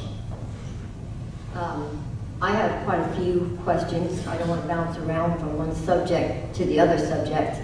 So I'll stick with what we're talking about now as a CEP. But Russ, I do have several questions for you, if it's okay to, whichever way you want me to do it. If you choose to ask the questions now, that's perfectly fine, yeah. Oh, okay, so then I'll start with you. Certainly. Okay, so I'm going to go back a little bit to the protest petition, and the only reason I'm bringing this up right now is because of the way it was done on last Monday, and that is you gave your presentation and the results to what you have found on the protest petition. Correct. And then after you had left and the meeting was adjourned, then we were passed out the documents that accompanied your findings. And so I, at that time, had some questions, but before I received those documents and did some further study, I didn't know what questions to ask. Certainly. So now I do. And I hope that you'll bear with me because this map that we have had, and I'll show the people, being blind as I am, I cannot read this map very well. So I took it upon myself, I'm going to stand up just for half a second, to actually make bigger maps so that I can see them and see what we have here. So I'm just going to put these maps here so that we can see them for us. And so my first question that I have to ask Sharon and you and Pat, when in the history of Marion have we ever, on an application for a CUP, used buffers? I mean, I've tried to go back to see where that's originated from. Do you recall any time, any CUP that we required, when a notification is required?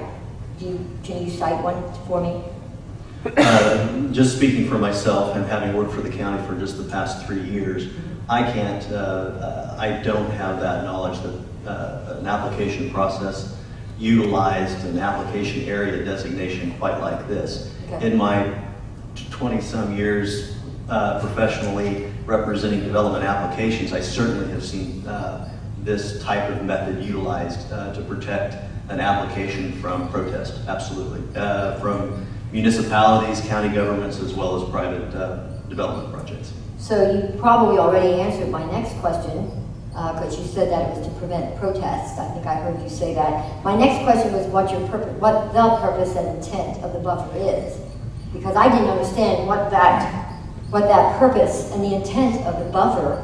I understand what the 1,000-foot protest area is. Certainly. Well, I certainly can't speak on behalf of the applicants, and then they certainly can stand to answer that question for themselves. But in my experience generally, and certainly in the cases where I have been the applicant or the applicant's agent, it was for the sole purpose of eliminating or reducing the amount of land available to be held under protest for the voting requirements that we talked about last week. I see, okay. That kind of actually answers two of my questions right there. I didn't expect that. I came up with that same conclusion, but I didn't expect that I would have been right. And again, I don't want to speak on behalf of Expedition Wind. Okay. I don't want to speak on behalf of the applicants. They can certainly speak to that, but that would be my opinion. Okay, and I guess we'll give them an opportunity at some point in time to respond, because I would really like to know that question. I might also add, Commissioner, if I may. Sure.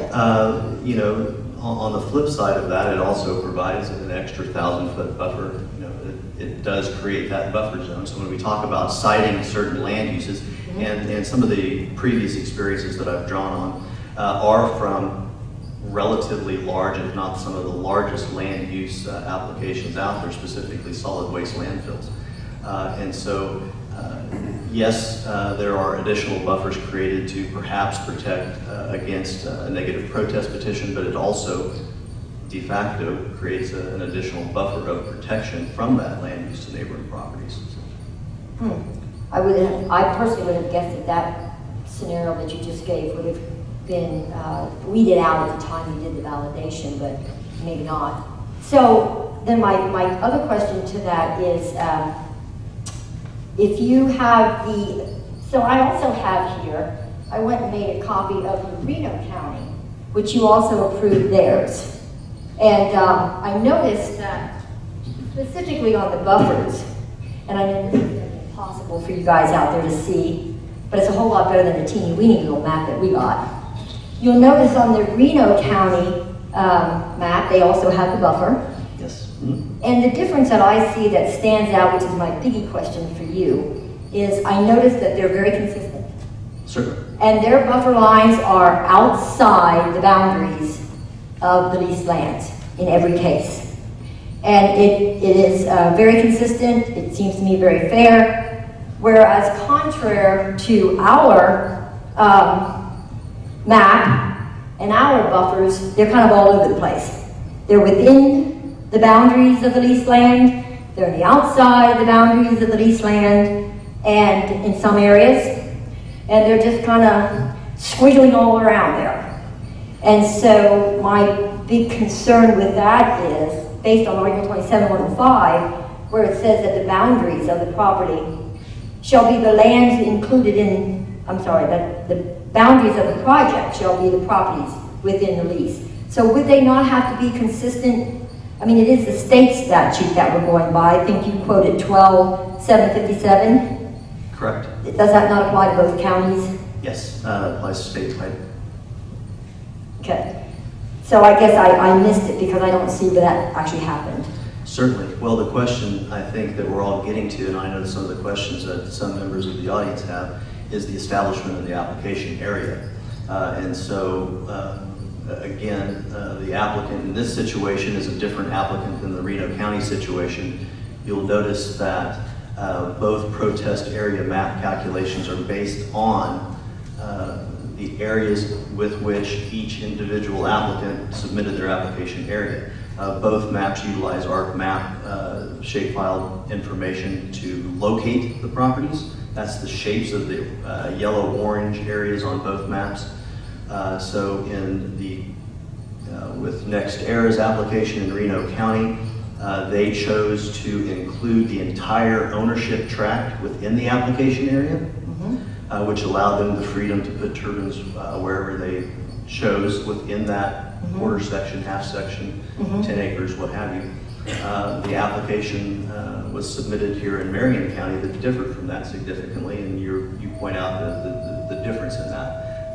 One pre-built in a buffer, if you will, that certainly is allowed, and I would let Mr. Hughes speak to the legalities of that, but from a practical matter, the calculation of the protest areas was fairly straightforward, similar, the same in both counties. And I'm not Process, yeah. I'm not disputing your calculations at all. Certainly, Please certainly. don't take it that way, I'm not. No. I'm simply disputing, or I'm not even disputing, I'm simply asking a question because we got two stark different maps, one state statute, and that just raised a flag to me. So that's why I wanted clarification. I thank you. No, it's a relevant question, and it, for somebody like me, it helps keep the edge sharp. It's often very beneficial for someone like me to get complacent, or it's not beneficial for me to become complacent. It's beneficial to have these things questioned, so I'd be more than happy to answer any questions you have. But that's the basis of the different maps and mapping or descriptive types of application area. Okay. So that's all the questions that I have on that subject, so I'll just ask the chairman. I have questions on the CUP, but I can wait for whenever it's best to ask them, however you want to do it. I mean, I don't want to stand up here and be a pig about it. But I will tell everybody. Yes, I'm finished with the suggested conditions, so this would be a good time for questions. Okay. I will tell everybody that in the last 2 weeks I read this book, and that was a struggle. But that also, as I read it, Some of it I really did not understand, I have to be frank with you. It's very complex. But some of it also just raised some questions to me. And one of the questions that I have is, and I will flip here because again, I try hard to read those maps that were provided, and I just cannot. So I did make the big maps up of our project area, and these are both of the project area. One is the lands that would be used, this is the land use map, and this is just the overall picture. And it does depict and show how the boundaries were set forth in that one. And this one shows the land use and the roads and things that would be in there. And it's an easy way to, at a glance, look at it when you're trying to depict different things. So one of the questions is that I noticed that the development plan includes a lot more land than what we're asking for in the CUP. In the CUP, the amount of land that we're asking for is considerably less than is actually in the development plan. And I was wondering if there was an answer as to why that is, because I would have assumed they would have married each other and been consistent. That's a good question, Diane. So the CUP, you'll see the brighter yellow color on the maps that you have printed. Yes. That would be an additional CUP to what has already been approved. Doyle 1, 2, 3, 4, and A have previously been approved. Mm-hmm. This would be a new CUP, and then the development plan would cover the entire area. Okay, and I am only referring really to the top part here because I understand the Doyles are a separate issue. So then I would also ask, and as I was studying this and reading this book, and I noticed how we have, and I'm assuming that this is that 1,000-foot buffer within the leased lands. And I would also ask, and I try to match that up with the property descriptions to match the lands that are actually being requested to be included in a CUP. And I really don't see that that has happened. I think the land descriptions that we have in the CUP application reflects, as Article 27 clearly states, all the property within the leased lands, but then we're asking for a CUP on just a portion of that with no matched property description to justify it. Is there, I see you probably want to jump in, Pat. Just to address that, what you're looking at is 1A in Article 27 of, I think it's 27-104. And I think what you're pointing out is that the boundary of the project is required to be the properties included within the leased lands on which the WEX is proposed to be constructed. Mm-hmm. And the applicant has the control over what land it wanted to identify in its application. And so the legal descriptions that they gave are what end up being in the orange. That we asked for a development plan that included the overall footprint of the area that included the leased lands, not merely the CUP area, so we could see what it was that, and you could see what it was that they were proposing overall. The applicant has made the decision that the boundary of the project here is going to be determined from their application, from the portion of the leased lands on which the WEX is proposed to be constructed.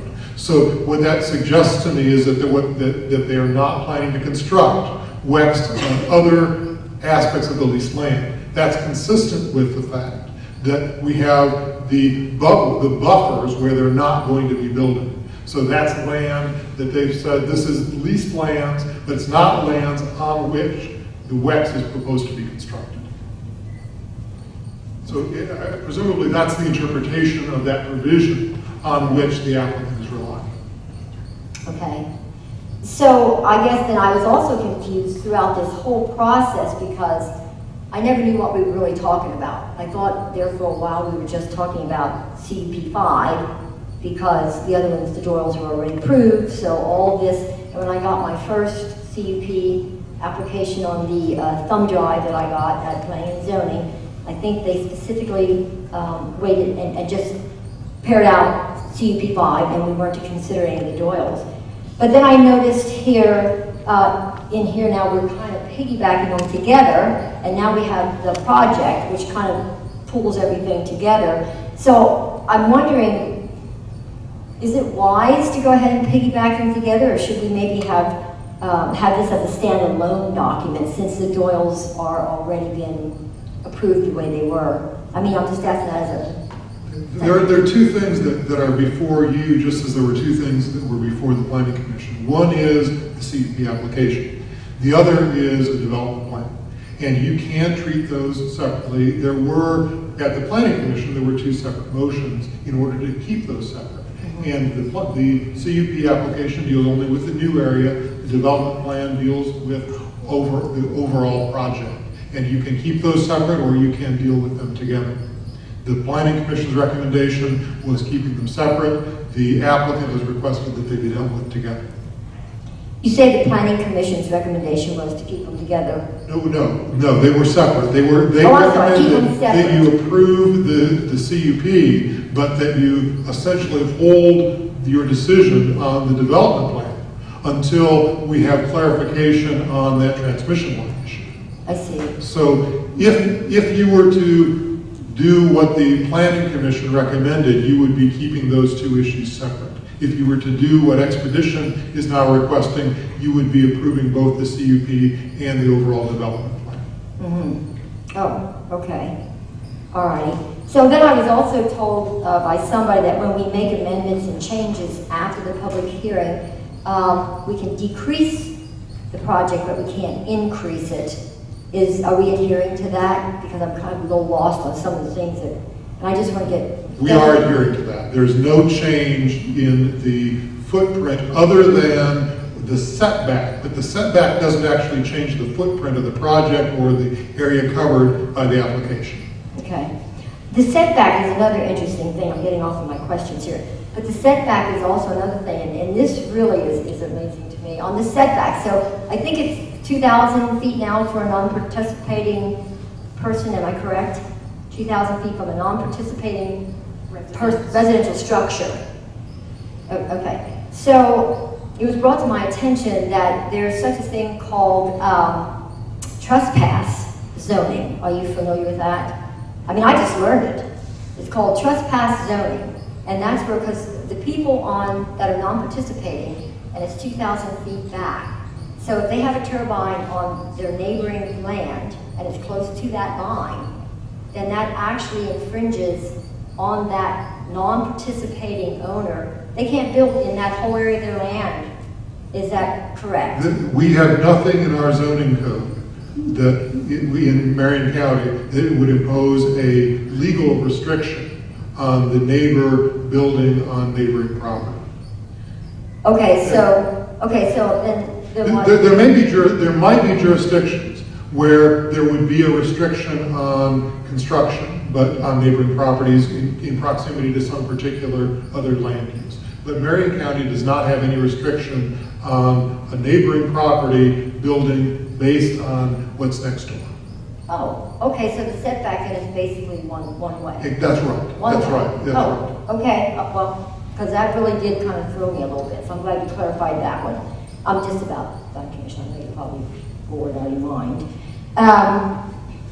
So then another question that I have is, I noticed in this plan that there was no decommissioning included in the plan, no pilot, and no road maintenance. Now I know this is an agreement because I understand the process, and we really don't get together and make an agreement until after we get past this approval period. But I know in the first CUP that was issued, and then they took it back to make some adjustments, whatever it was, they did have those in there, and even though they were blank and the numbers and stuff weren't filled in, it did give an overall picture of what they were willing to do as far as those different subject matters. And I was just kind of, just wanted to mention that that wasn't included, and I didn't understand why, because I know we had discussed some of those things after that point, and I thought maybe they would have wanted to update us on what they were going to do. The Planning Commission, you're acting on a recommendation of the Planning Commission today, and the Planning Commission does not actually have the jurisdiction. It's not their issue. The road maintenance is not their issue. That's your issue. And so there's no need for them to be analyzing and weighing in on that, which isn't really the land use issue. Okay.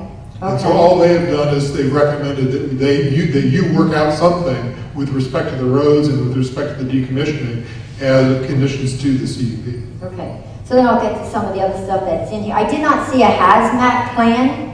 I seen a statement, but I didn't really see a plan should something happen or how they would handle something as far as hazmat. I didn't see a plan. And I would ask maybe they could address that for me a little bit later.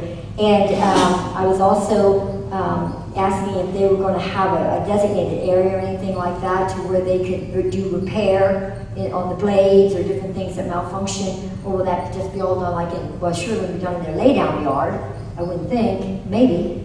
I believe that their application discusses an operation and maintenance area. Sharon, do you remember, was that probably within the city of Marion? Yes, Expedition is proposing that their operations and maintenance building is in the city of Marion. Oh, so they have a plan for that then, okay. Yes. And that's not been included, but there's one there. It was in the initial, it's in the first portion of that application packet. Okay. Section. So I overlooked it. 1 or 2. And that's very possible, all that reading. So then do we know what size turbines are actually going to be placed down there yet? Has that been determined? The recommendation does not include any restriction with respect to the particular model or size of capacity of the turbines. I think all we have is an indication from the applicant about the size of the project. Okay. I did read the reports that they made from DWPT and so on and so forth, like that, on the characterization study. And I noticed that they didn't have any supporting letters from that group, that it was just the findings on the report. And then also they had a study there on the site characterization study, and it actually was a 1988 study. And I was hoping to see something a little bit more current, because from 1988 to 2019, I think some of the information in that study might have been a little obsolete. But at any rate, then I just have 2 more questions and then I'll be done.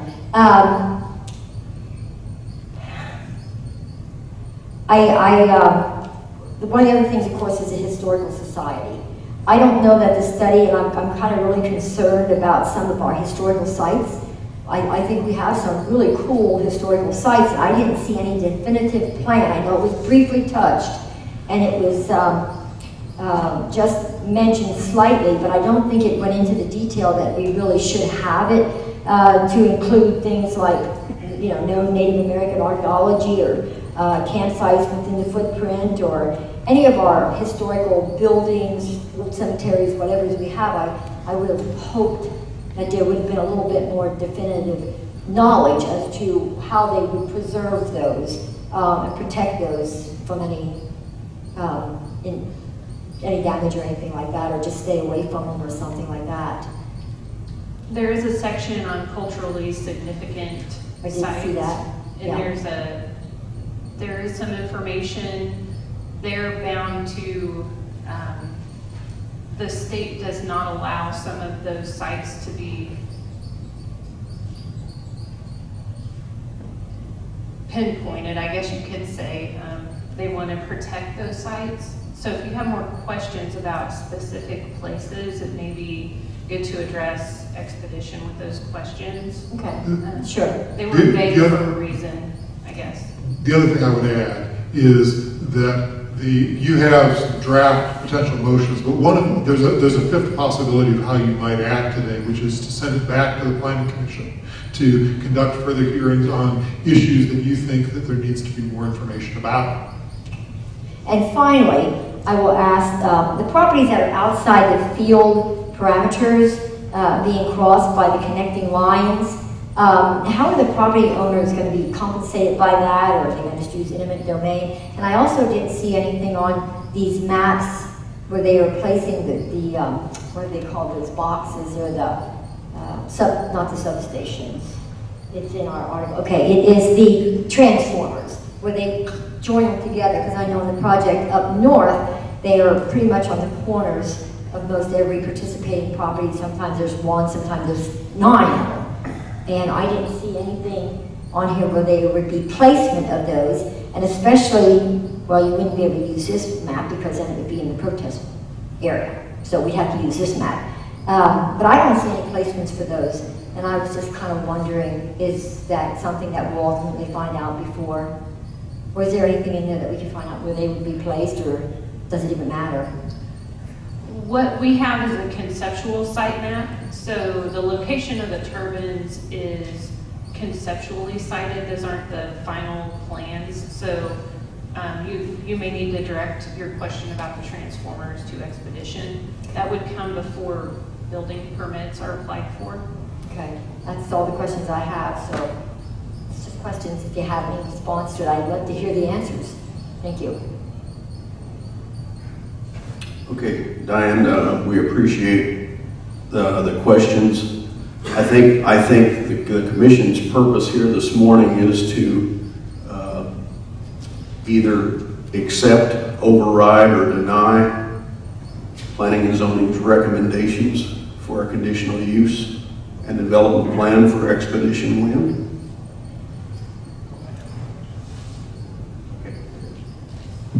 Last week I forgot to ask you guys one question that sort of sticks out in my mind because it was brought up at the meetings. The project that was already approved, why does it have to fall back under complete zero tax, no taxes on it? There's a statute that basically says that if you had a conditional use permit in place before the reduction of that permanent tax exemption to 10 years, then you're entitled to the full tax exemption permanently. So the fact that the CUP had been approved by that relevant date is what makes the difference. Okay, we also was give permission to start 3 units at one time. And our understanding back then was that the project had to be started before a certain date or the zero taxes would go away. So is there any other articles of, I mean, who's the big dog that says that this, is that article? The Kansas legislation is a big dog who says, do you have a tax exemption or do you not? And as far as the interpretation, the decision about whether they're going to have that or not, that would go through the Board of Tax Appeals and then to the courts. So if there's a dispute about whether a permanent tax exemption was qualified for or not, that would be the route that dispute would be decided. Thank you, because it was made clear to us back those years when that they was started before date, so that they could keep the tax reduction. So that's why that question's asked. Thank you, Pat. Okay, it's in my opinion that any of these questions that have been raised this morning, depending on how the vote for conditional use goes, can be addressed by Expedition at that time, depending on whether we approve a development plan or not.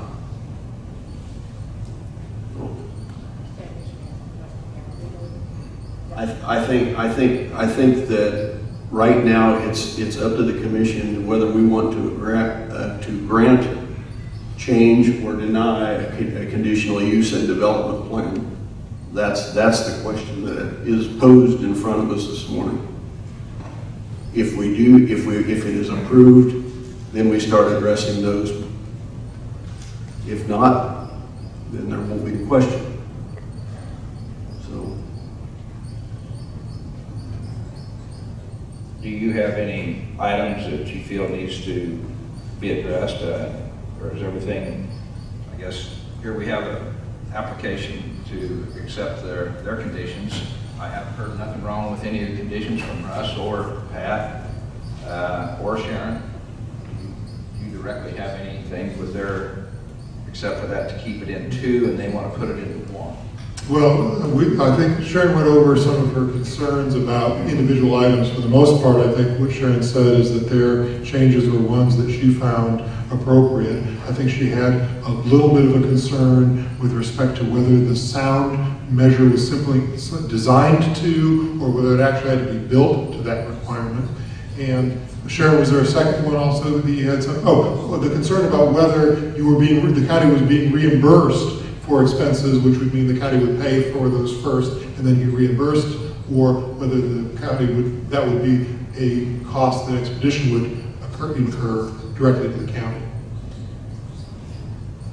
With respect to the procedure going forward, if there is an approval, that approval will have whatever conditions there are. So if in order to be able to know whether to recommend approval, additional information is needed, then you need to get that additional information. But you're certainly welcome to make a decision at this point with the information that you have.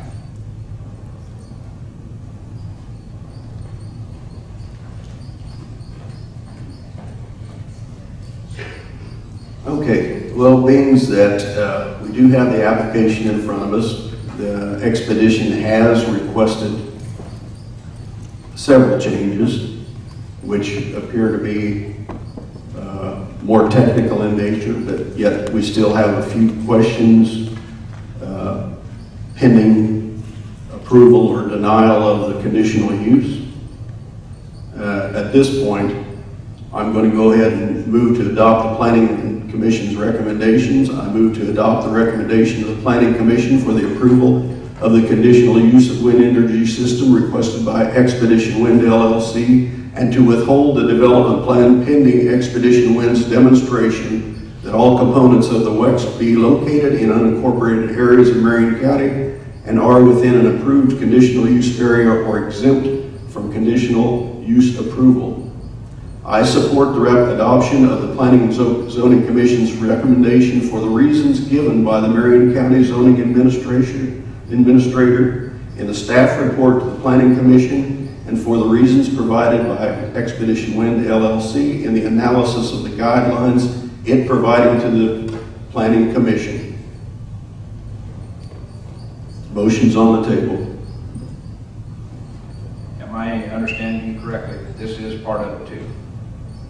Which is their... No, we are withholding, I'm making a motion to withhold the development plan until all questions are answered. This is just a conditional use application motion for approval.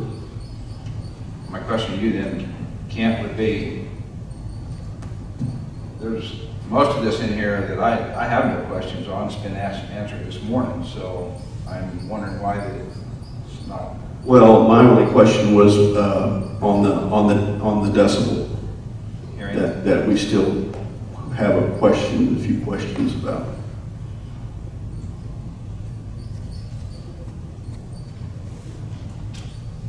Do what, Diane? Okay. I would like to ask them to do that, Ken, as far as I'm concerned, on the hearing part of it. Okay, do you want the motion to stand as read? Or are you asking for a motion to be withdrawn? No, I'm guessing, I'm asking you to allow the applicant to speak a little bit, maybe before we go that far, and this motion can stand while we hear what the applicant says, as far as I'm concerned. How about you, Diane?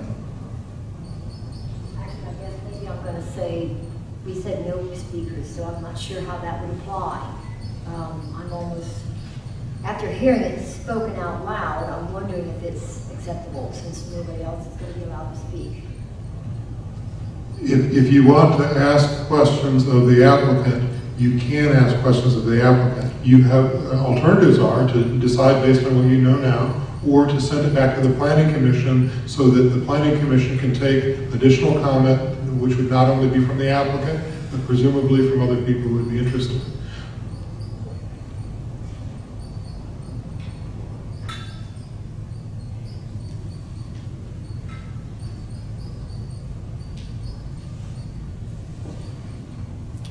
Motion's been made.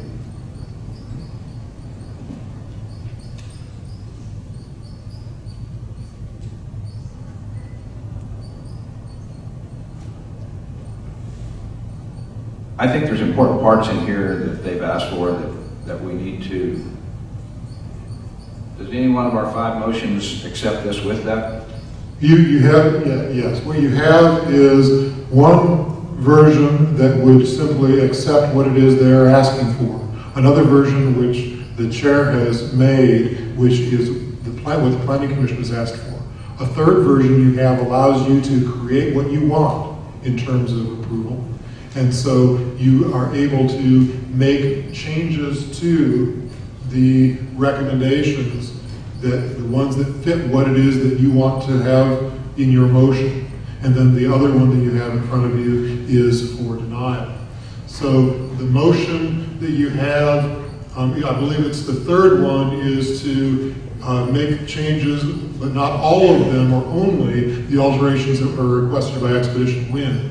And if you make such a motion, what you would do is you would specify what it is that you're looking for in terms of changes from the Planning Commission's recommendation. So you would start with the Planning Commission's recommendation, you would list the changes that you want to make to that recommendation in your motion. And you would also specify what you're wanting to do with respect to the development plan. Whether you're wanting to hold that to decide later, or whether you're wanting to have that be approved as part of the motion. Basically, what my motion is saying is we're approving the CUP, but we're splitting out the development plan for a later approval. Okay.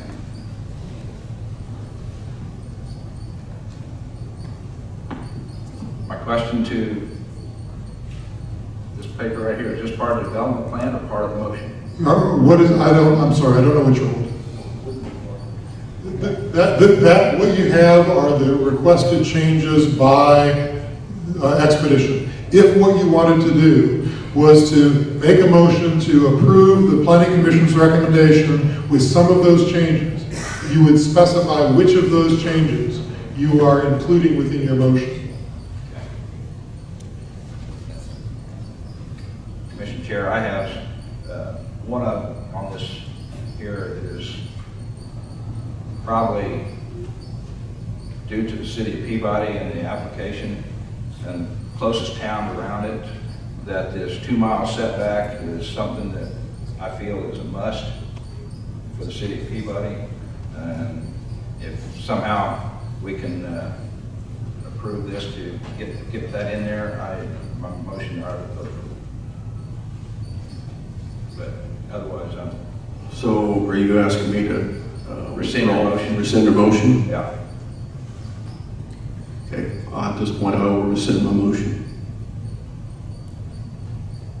I'd make a motion to approve the application, very same thing, with the exception of the change of the 2-mile setback that Kent has just made. If you want me to read the whole thing, I will. Okay. I move to adopt the recommendation of the Planning Commission for the approval of a conditional use for a wind energy conversion system requested by Expedition Wind LLC, and to withhold development plan approval pending Expedition Wind's demonstration that all components of a WWIX to be located in the unincorporated areas of Marion County are within the approved conditional use area or exempt from conditional use approval. I support the adoption of the Planning Commission's recommendation for the reasons given by the Marion County Planning and Zoning Administrative Staff report to the Planning Commission for the reasons provided by Expedition Wind LLC and analysis of guidelines it provided to the Planning Commission with the amendment of the 2-mile setback to the city of Peabody. Okay. Randy has a motion on the table with the change with the 2-mile setback from city of Peabody. I'll second that. Okay. Been moved and seconded. All those in favor? Aye. Aye, and I'd like an explanation after the vote's taken. Okay. Opposed? Okay. It's been passed 2-1. Okay, Randy. Okay. My reason for voting for, number one, when we started this project, it was a defined area, and very simple to move forward with and accept. Through time, whatever happened through the applicant back then, that's background. That's not at the present. A few years ago, the Planning and Zoning Commission come up with new rules. They was passed, and then we had a new permit, new company come in and start over on a new application. It does make it a little tougher. We are moving into a lot more populated area. And so it made the whole thing a lot tougher than to just to accept and go forward. I've sat through 2 nights of meetings with the public, plus a night with the zoning board. What I heard was roughly 50-50 somewhere. I'm not going to say the exact numbers, but I got everybody's name down, addresses and stuff, and whether they yay or nay. What I did hear is benefits to the county. A lot of benefits through these leases and things like that, money. If you get a wind tower on you, you get more money. I'll have to say that I heard this when I was 7 and 8 years old with my grandparents at DeGraff, just right down the road in Butler County. They wanted the transmission line to go through their property. They wanted if you remember the Titan missiles that was put in here in the 60s. Some of you's not old enough, but a lot of us are, to remember when the Titan missiles was put in. They was within 2 miles of that, and they wanted that on their ground for excess income. So that whole 2 nights, I heard a lot of the same thing, and I did hear Mrs. Mayo has a project on her property that's probably will be impacted. That's some of the negative things that really hurts when somebody has been out there and planning a project, been into the project, and then something like this comes along. So don't think that it don't hurt me to have to vote to the best way I think I can possibly be voting on this project.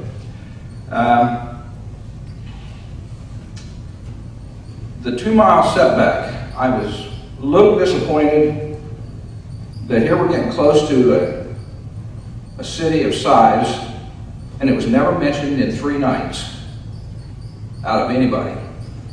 I guess that's what my job is, to represent the people where I live and the voting public that live in that city, even though none of them showed up. None of the city council members showed up. A lot of people have the feelings that the county's a county and the city's a city. Well, it has to mix. We're all part of the county. So that's why I asked, and I think that for the 2 mile setback is pretty important to me, that the area of influence that started over 20 years ago when I was a council member and a mayor, that the area of influence around our towns is a pretty big thing. Hillsborough claims to have 3 miles. We haven't seen it on our county planning and zoning yet, but if you talk to them, they'll tell you that. So that's another reason why that I would like to think that I'm going to send a recommendation back, or just a note in my own personal writing back to the planning and zoning to look around when a project like this comes around, see who it does affect farther away and the numbers of people that it affects. So I hope nothing goes wrong. I'm just going to sit here and tell you that 20 years from now I could be looked at and say, well, he allowed it. I could be one person that said, well, I allowed money and it come into our county, which we've never, some projects we've never done before, like the landfill, the casino, and a few things like that. So I appreciate having this opportunity. That's my background for voting yes. And if you don't believe my notes, well, some of you naysayers make fun of my notes, but they're right here. So thank you. I'm done.